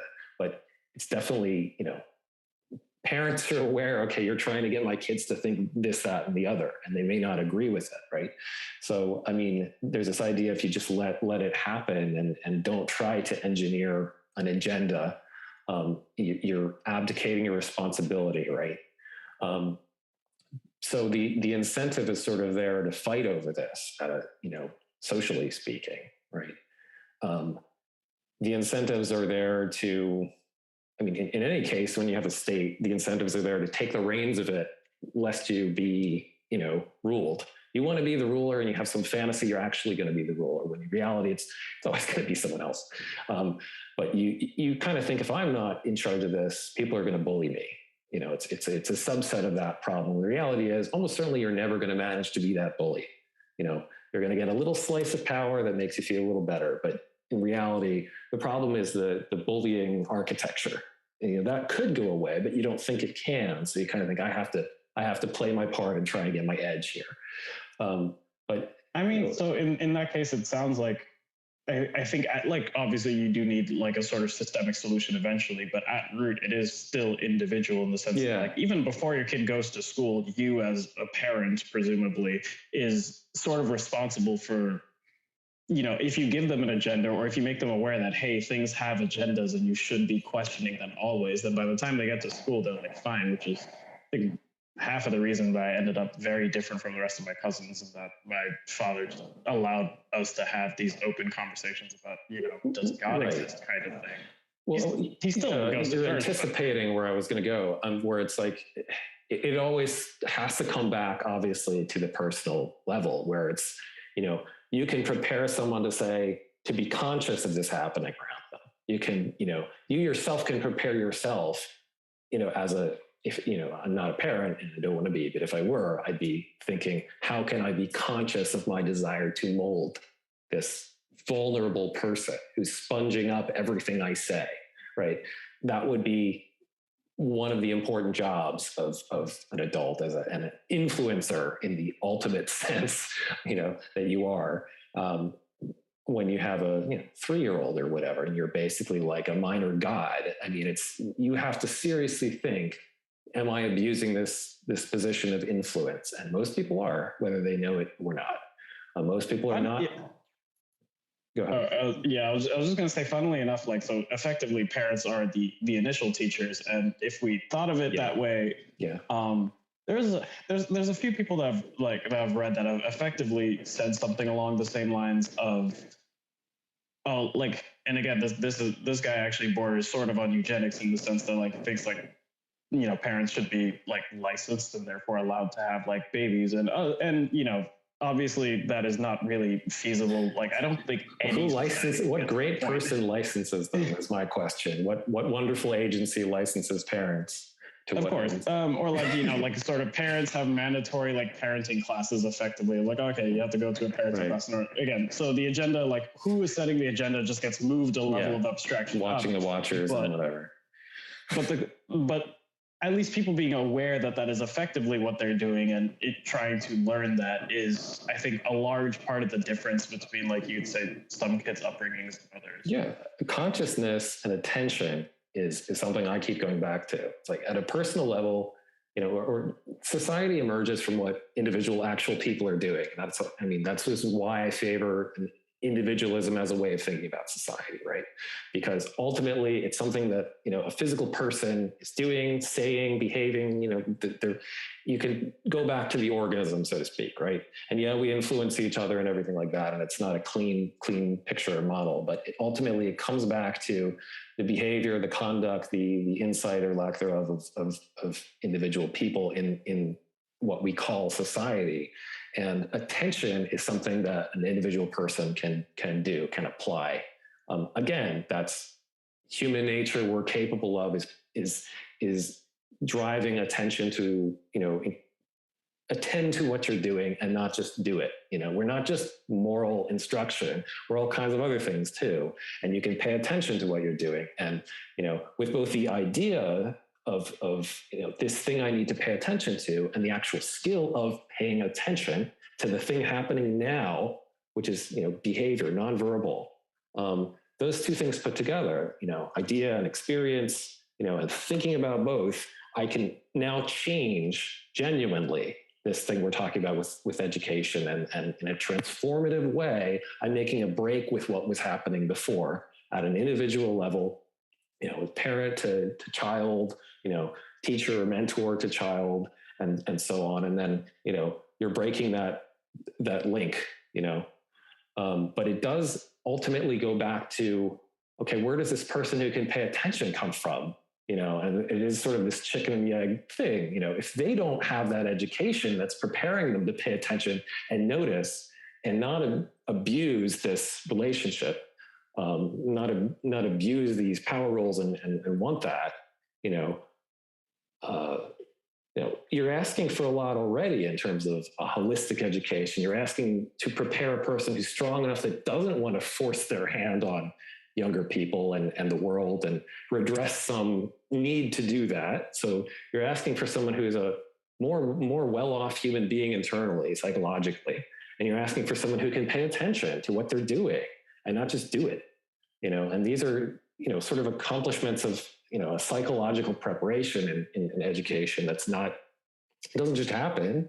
You know, there are a lot of ways to get there, but again, you're sort of asking for something, you know, and that can't come out of nowhere, but I need that thing in order to fix the problem. But, you know, now I'm sort of talking in circles. So someone has to break out somehow of a cycle, you know, and philosophy is kind of like, you know, in the sense of philosophy that I like, it's sort of a combination of skills between like actual method, like paying attention, and being able to articulate, you know, thoughts, words about what I need to pay attention to. And so that was passed down from obviously something very ancient, you know, philosophy. And it's just neat that the answer in that sense is passed down, you know, just as consistently, you might say, as, you know, controlling educational systems, controlling behavior, and controlling morality, and instructing the next generation to be just like you, and all this stuff. This is all ancient. These are ancient problems that continue, right? The solution hasn't gone away. Like, articulate the problem and pay attention to it in my personal behavior and tell other people about it. This is a very, you know, sort of traditional answer. That hasn't been lost. So, you know, in a sense, that's always there. And what we need to do is, you know, rediscover doing it.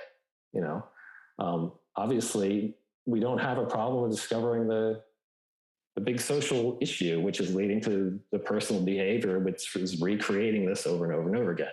People who can't be good adults, people who want power, who want to control even just people in their grasp as a small piece of power as it is to be a parent, you know, like, or a teacher. It's not much power, but like the fact that people want that, and they say like, well, I just have to teach them right and wrong, you know, like, but they're really saying, you know, I want to make my mark where I can make it.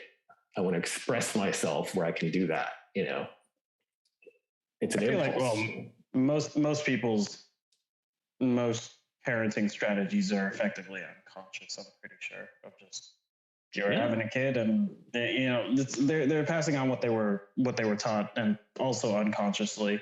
So the real question in terms of like are there tricks, methods to becoming conscious? Because I mean, you could talk about like, people can talk about like, say, parenting or like problems of orthodoxy sort of in the abstract, but then not even be capable of processing when they're doing that where. So there is a separate sort of metacognitive skill of being aware of yourself as like a sort of almost like a third person. Yeah. Some people say like meditation is useful for that. I really shy away from like these fancy words like metacognitive and you know, all this stuff, because I think this makes them seem fancier than they are. You know, I like more immediate, gritty kind of language if you have to use words about it, because it's really about, you know, okay, let's go with intentional. There's like, there's intentional in the now versus like sort of doing things on autopilot, which everyone's sort of aware to some degree that they do things on autopilot. Right. So what is like, this guy almost sounds like the sort of new agey idea of like raising your consciousness level. Like, can you be intentional about everything all the time as a human being? I doubt it. No. So, but habits aren't bad, right? I mean, it's about the fact that you've picked up lousy ones and you need to change them. So inherently, if the habits were fine, I mean, like, for example, when you have the habit to be kind to someone, we don't think, oh, that's awful. He needs to stop being nice. You know, like it's people picking up rough habits or, you know, ones that don't serve you. The capacity to sort of shut off and, you know, I mean, it's doing everything for you all day long, from making coffee in the morning to like, it's how you function. It's just your amazing ability to go through in the motions without planning everything out or without being conscious of everything. The problem is when you internalize stuff involved in, say, child rearing or anything else that's, you know, not what it should be, let's just say, not facilitating the goal we're talking about, then, you know, like you have the problem of going up against, you're taking something conscious, which is, I think, less powerful, less capable generally than a habit. And you're asking, go up against this habit, which is really ingrained, this way of thinking that's automatic. You know, there are other problems like this too, like perception of foreigners or others as being scary or negative or bad, and trying to retrain that when you've been taught that, you know, like, that's also a habit, you know, the habit of xenophobia. Like, once someone's xenophobic, how do they get past that? And it's really this repetition, I think, of the moment of noticing it. I'm like, oh, that's what's going on. And then it's going to be another moment of that, and another moment. It's going to be you know, all that the attention has to do is confront that habit as many times as possible till you're creating a new habit. You're not actually able on one occasion or even a few to completely change that habit. It's repetition. It's exactly like a martial artist saying, you know, well, my instinctive body language or muscle memory is all over the place. It's not that of a combatant. So I'm just going to keep doing these, you know, gestures of becoming what I need to be. And, you know, whether you model it on animals like they do in Kung Fu or whatever, you know, you're re-instructing your muscle memory, it's one kind of habit, to become someone who reacts like a cat, you know, because you didn't have that. Your instincts were not that.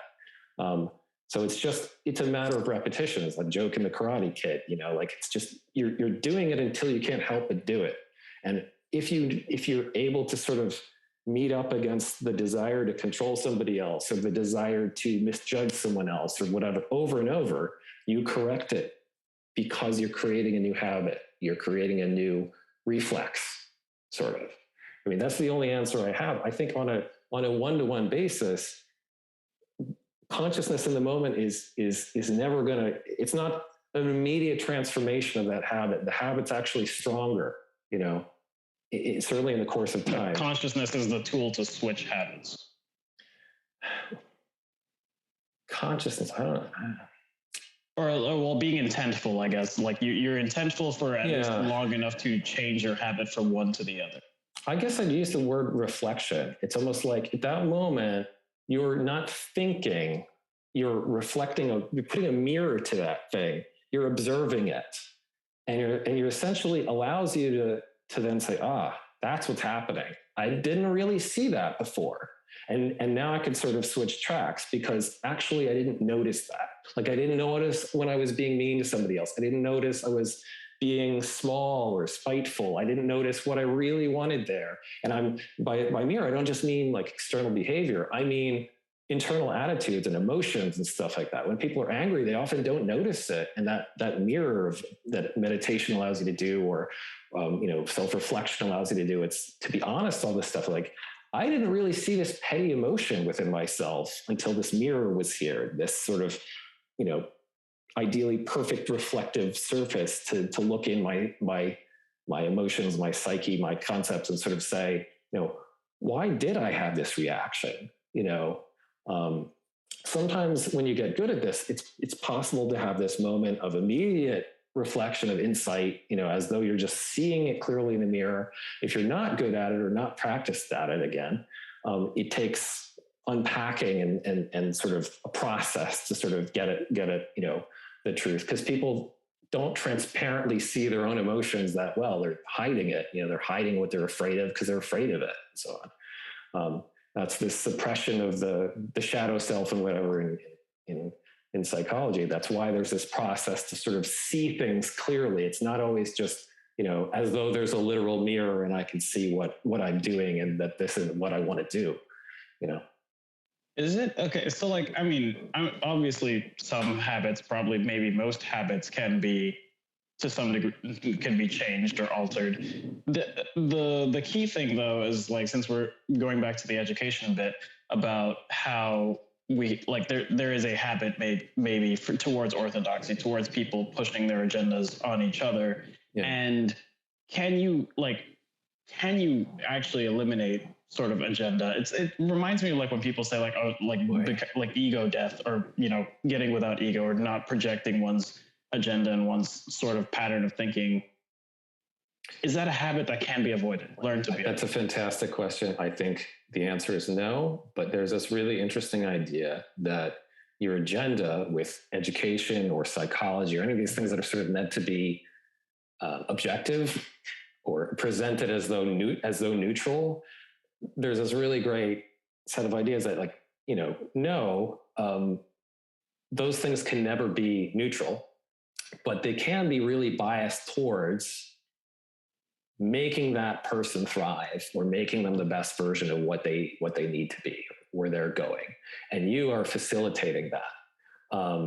And sort of humanist psychology is sort of about that. It's not to say I'm going to be objective and I'm going to be neutral, because that's as pretend as like a journalist who's neutral, right? You're obviously going to influence people, whether you with some agenda accidentally and whatever. But if you're actually passionate and biased towards, helping them because you care about the outcome for them, then you get a very different result. If you're attentive to that, as opposed to, I think my ideas are best for you, that's a rationalization. But if you are genuinely able to say, for example, as a parent, say you're an intellectual and you have a kid that's into sports and you keep trying to steer this kid away from that, sort of physical life, you're not doing that person a service, but if you're able to say, well, they're really different from me and they really get something from this that I don't see, how could I help them to do that? That takes a decoupling of, the ego that you have invested in making a little copy of yourself. Most people can't do that, honestly, but, it's also possible to see that by point of view as a therapist. Like there are a lot of like versions in this where, there, in one sense, a traditional version is trying to be dispassionate. And there's a humanistic kind of movement in various fields to sort of see it as like, no, I care about this outcome. I'm going to admit that, but I'm just going to say, this is the outcome for you. This isn't about what I, the therapist, think that you should be like. This isn't about my value. This is about you thriving in your own way. And that isn't impossible, it seems to me. I mean, you can still get the ego boost out of like, look at what I helped this kid to be. Look at how healthy I helped this person to be. They're happy now. They're doing what they want. They have a completely different value system from me, or they see the world really differently. Or, someone's the artist that I can't stand their work, but it's it's fantastic for them. It's all these things. You don't need to conform and agree to understand that thriving and successes and health are possible things in different formats. But that's if you are capable of imagining, right, that people can be great in different forms and people can be diverse and great in different forms. If you're looking for the same, you're kind of always going back to reinforcing the same, right? But if you're sort of welcoming all these different kinds of humanity, that come in front of you, and you're saying, how can I, help this person to see things for themselves? How can I help them to create or do things for themselves? How can I help them to get past the things that are in their way? Like that makes you a great teacher, mentor, therapist, whatever, educator. So I'm almost wondering, can one use happiness as sort of a proxy for the individuals following their own path? Because if you can, then, it's like, okay, this activity is clearly making this person happy. Like they're engaging in it. They enjoy doing it. Yeah. They're getting something from it, and therefore let it be. That's a great, With the case of parents and kids, it's a little bit more obfuscated because like kids have the expectation to be happy with whatever their parents say. But if as a parent, one could make, it's sort of like, it's clear, like, I'm like, I actually want to know how you feel about these things. Like, don't just say, yeah, I'm happy because I told you that. As long as you don't kind of set up that standard for communication, you can get honest feelings out of a kid. I think you actually can use it as a pretty decent proxy. It's not bad. I think the only problem with happiness is that lots of things can make you happy. They aren't necessarily rewarding in the long term. So that's a good question. Like, do you need to draw this kid away from the video games to make them happy to show them other stuff? And like, probably. And there's nothing wrong with the thing that makes them happy. But part of what you're doing is saying, like, what are your reactions to these other things? Let me just show you some other things. Right. Can I not get you to enjoy seeing some other things as well? Because that's part of your job. Can you expand the circle of things in which they can derive happiness from? Because like, let's be honest, like people don't come with one thing that makes them happy. It's a lot of possible things. And some of those might end up being kind of dead ends, or maybe just kind of informs your general attitude or whatever. Like you'll drop things that you enjoy for a while because it's not the most profound thing in the world, or it's just not forever for you. And that's fine as well. In the moment, it makes you happy. But I mean, there are other ways to look at it. Not that there's anything wrong with happiness. I mean, it's kind of a journey where the guides are not absolute. I mean, that's why there are multiple kind of ways to say, that you should follow something. I mean, you listen to, of course, I hate this. That means, okay, you hate it. Don't do that. Or this is, but, on the other hand, we have to understand that some things we dislike because we're afraid of them, not because they can't be rewarding. So there are caveats, I think, to everything. Happiness could be short-term happiness that's disastrous and painful in the long term, or at least really leads nowhere. And obviously, you could get into cliches of saying drug use and whatever, but it's true.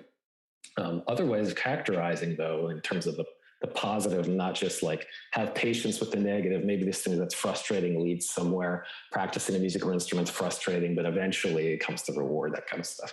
So there's patience with negative reactions as has to be part of the picture, but also like, just to get to something positive, what could we say other than happiness? Like people have said, follow your bliss, like Joseph Campbell. Bliss is kind of strong for me. I'm not as blissed out as he is. Obviously, this is a guy who's very blissed out, so that's easy for him to say. I enjoy a lot of things that don't give me joy or bliss or anything that sounds quite so ecstatic.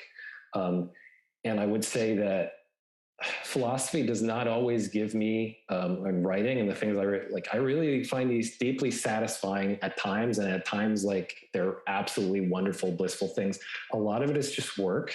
A lot of it is more satisfying over, solving problems is satisfying. It's not necessarily bliss. Happy is sometimes even a strong word, although overall, I would generally say that you can have positive relationships with something you're doing in your life that don't involve a lot of happiness, because it's rewarding or satisfying in some other way. It's not so clear that, the way people see happiness is sort of like, I'm just smiling all the time and I'm having fun, and like, that's great. That's fantastic. But sometimes things are a lot of work and they're still fantastic because they're really rewarding, and they really make you feel like, I'm creating something great. As maybe a creative person says, it's extremely hard to execute this at the level I want to do. And it's super satisfying when I do. Maybe they're not happy at the end of that, though. And I don't want to tell people who are, artistic or creative and perfectionists like myself that there's something wrong with them. They need to do something else, because, you can do multiple things in life after all, and you could be happy about something else, and satisfied with your work, happy sometimes. And I think you should be happy sometimes in your work. I just don't think you should be whistling all your way through it as a guideline, All right, that's fair. So, I'm trying to so ways I've sort of conceptualized this. Nietzsche has somewhere lines about I don't think he uses the term happiness, but I would say actually it's closer to like the sense of like eudaimonia. It's like this growing feeling of will to power or what have you. Like you have this growing sense of I can do more. I feel better about myself. And like, yeah, sure, you might be like doing hard work, and in the moment of doing the work, it is sort of like, frustrating. It can be like extremely difficult, but it's like sort of on a trajectory to like you accomplishing this higher end that you find valuable in and of itself, and therefore it is still rewarding even if it's not immediately happy. And I think in general things can be modeled like that. Well, that's why it says everything can be will to power. It's everything could be sense of expression or sense of expanding self. Yeah. I as a, you can make too much of the whole self part of that, but the self-expression is the sort of almost non-verbal sense of you're putting your greatest force as a human being to the project that you're on. It's like, this is the Sisyphus kind of model of like the joy even of pushing this rock and being in that, even that in that sort of metaphor there's a certain sense of joy or satisfaction in that. But the challenge and the difficulty is part of it. And the fact that you're getting stronger in a sense as a human being and able to do these things, and you're challenging yourself more and more. You're not picking, the thing that's easier would seem in many cases to be more fun and more play-like and more, happiness inducing. But for a lot of people, it's actually this thing that really, challenges them, and their sense of expression, their sense of power that they come from doing something that's tougher and makes them sweat and makes them, I actually think exercise is a pretty decent metaphor for it, because it's really not easy, but boy, do you appreciate that, once you get better at it and you get a purchase on it, you continue needing to make this thing more challenging, but you also realize I am getting stronger, I am getting better, and this feels good to me. And my body and my mind is shaping itself around this challenge to the point where I become quite good at it. And that's an amazing feeling. It's not necessarily happiness, but it's this ability to enjoy the flow, right, in the moment, which I think also creative difficulty puts you into enjoying the flow of, Right. So this is where I guess like I would say that if I am going to use happiness for this sort of like more extended sense of like I'm expressing myself and it feels good, I would separate that from sort of the pleasure of just, I get a dopamine hit because I'm playing a video game, or, the cliche of doing drugs. Because as someone who video games are sort of, it's instant versus delayed gratification effectively, where not video games, opioid. It would opioids. Be, yeah. But as someone who has been in a video game hole effectively, you like playing it in the moment, like, you know, you're getting the very short bursts of like, yeah, okay, this is like exciting or interesting or entertaining, but like doing it over and over again doesn't necessarily make you sort of happier as a person, like well off. Like, do you feel good about where you are in life? And these are things that, like, you know, would have been valuable if I was taught as a kid of like, yeah, sure, you can do these things, but like, it's not going to add to your sense of like development or fulfillment as a human being. And it's like, yeah, sure, you can do it as a break, you know, like you should be able to do it from time to time, and you can have great memories out of it, you can make friendships out of it, whatever. But if you are doing a thing and it doesn't seem to be adding to that sort of broader fulfillment of like who you are, like you feel like you're actually going somewhere in your life as opposed to just doing a thing over and over again, maybe you shouldn't do that. Yeah, it's the doing it over and over again that's the trap, because it feels good to you. You like video games and you think, this is the answer. I keep playing video games. And of course, it's because the answer is complex. It needs to change.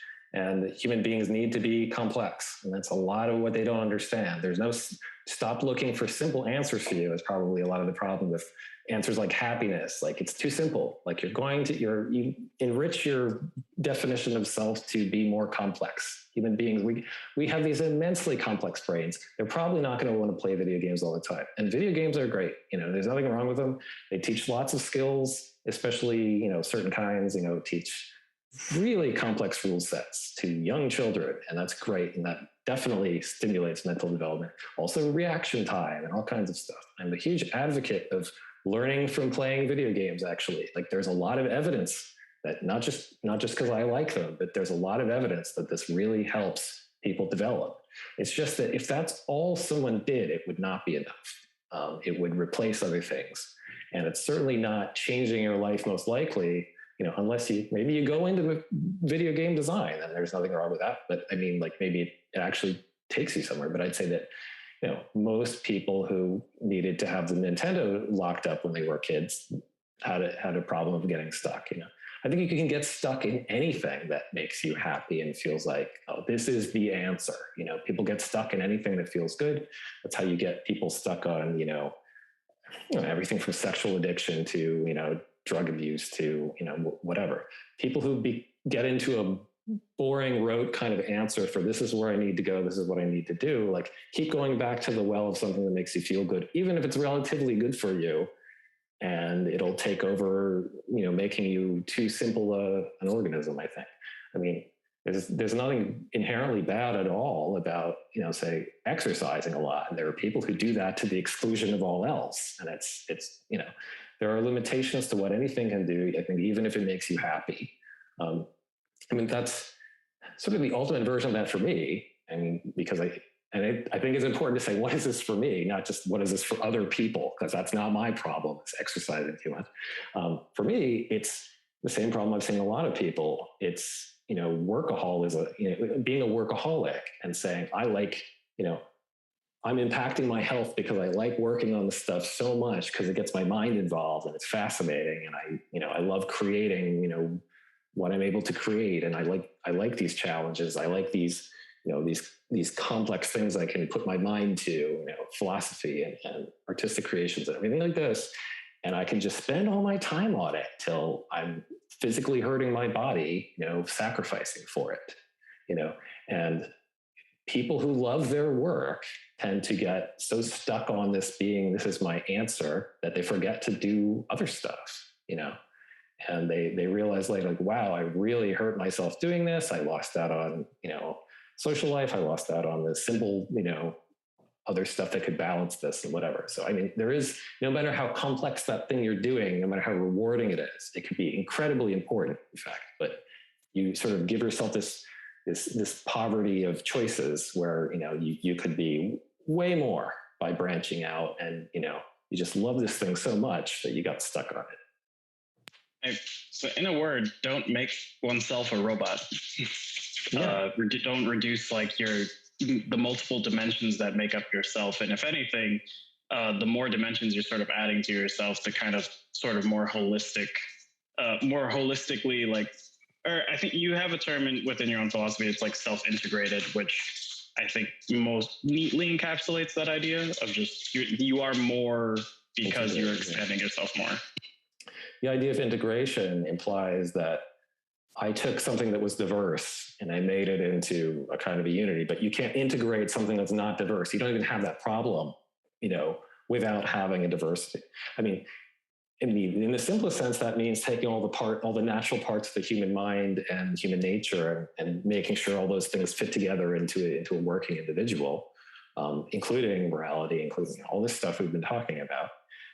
But it also means different experiences. It also means different ways of thinking. And it means, like different kinds of identity and all this stuff fitting together. Yeah. In a healthy way. Like you simply don't have to integrate things unless you're diverse in the first place.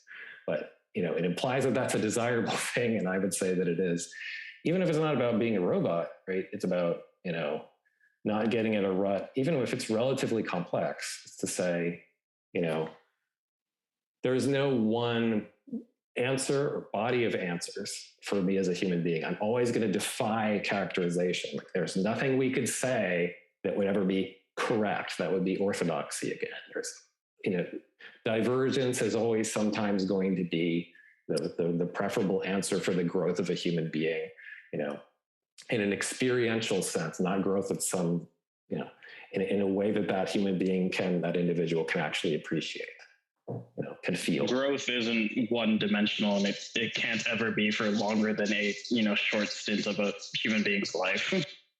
Yeah, I mean, but it's like lots of different growth spurts, and also like lots of different fallowings of what was grown to. I think like probably too much people think that the fallowing time is bad. Like this is the dying back in the winter kind of stage of something that seemed like it was just going to thrive forever and ever. Like no, things need to die back and need to be reconsidered, and you need to say like stop expending those resources and that energy and let it calm down. Sort of say, okay, I'm exhausted. Where do I go? I need to go in a different direction, and like I need to grow something else again. And that might be really different, or it might just be that I need a break. Whatever it is. But I think that people have this too much of a concept of, driving themselves forward, always forward, kind of like on a path that I'm supposed to be on. And, one of the things I've learned, growing older is like, sometimes you just do not make progress. You seem to go backwards. You seem to lose progress you've made. You've got to park it sometimes for years and come back to it later. But, on that note, we probably should park this, ever-growing. I actually think this is a great natural stopping point because, I mean, if to encapsulate, if we were just, trying to hash out what would a renewed sense of humanism kind of look like, talking about the subjectivity of values and the importance of education, as well as like effectively putting the two together and saying like, okay, we need to basically have a better model for what growth means, because you can't tell anyone what growth is, but you have to instill in people, this is what it feels like. There is a feeling associated with a multi-dimensional growth that we can kind of say is nebulously good, even though what it'll look like for everyone is different. So I think honestly that's a good point. That's a good stopping point. Yeah. So we'll pick up different topics next time, and I hope not too bad for the first try at having a conversation we record. Yeah, no, seemed pretty good. Just edit out my introduction in the beginning and just start the second one. We have to keep all the bad parts, and just part of the process. Mean, we can have outtakes. I'm not against outtakes. But yeah, honestly, you can leave it in, and honestly, it makes no difference. People will watch it and be like, "Oh, it's cute." It was like kind of awkward and funny at the beginning, but yeah, good talk. I gotta go eat food now. Yeah, me too. All right, cool. Talk later next time. Yeah.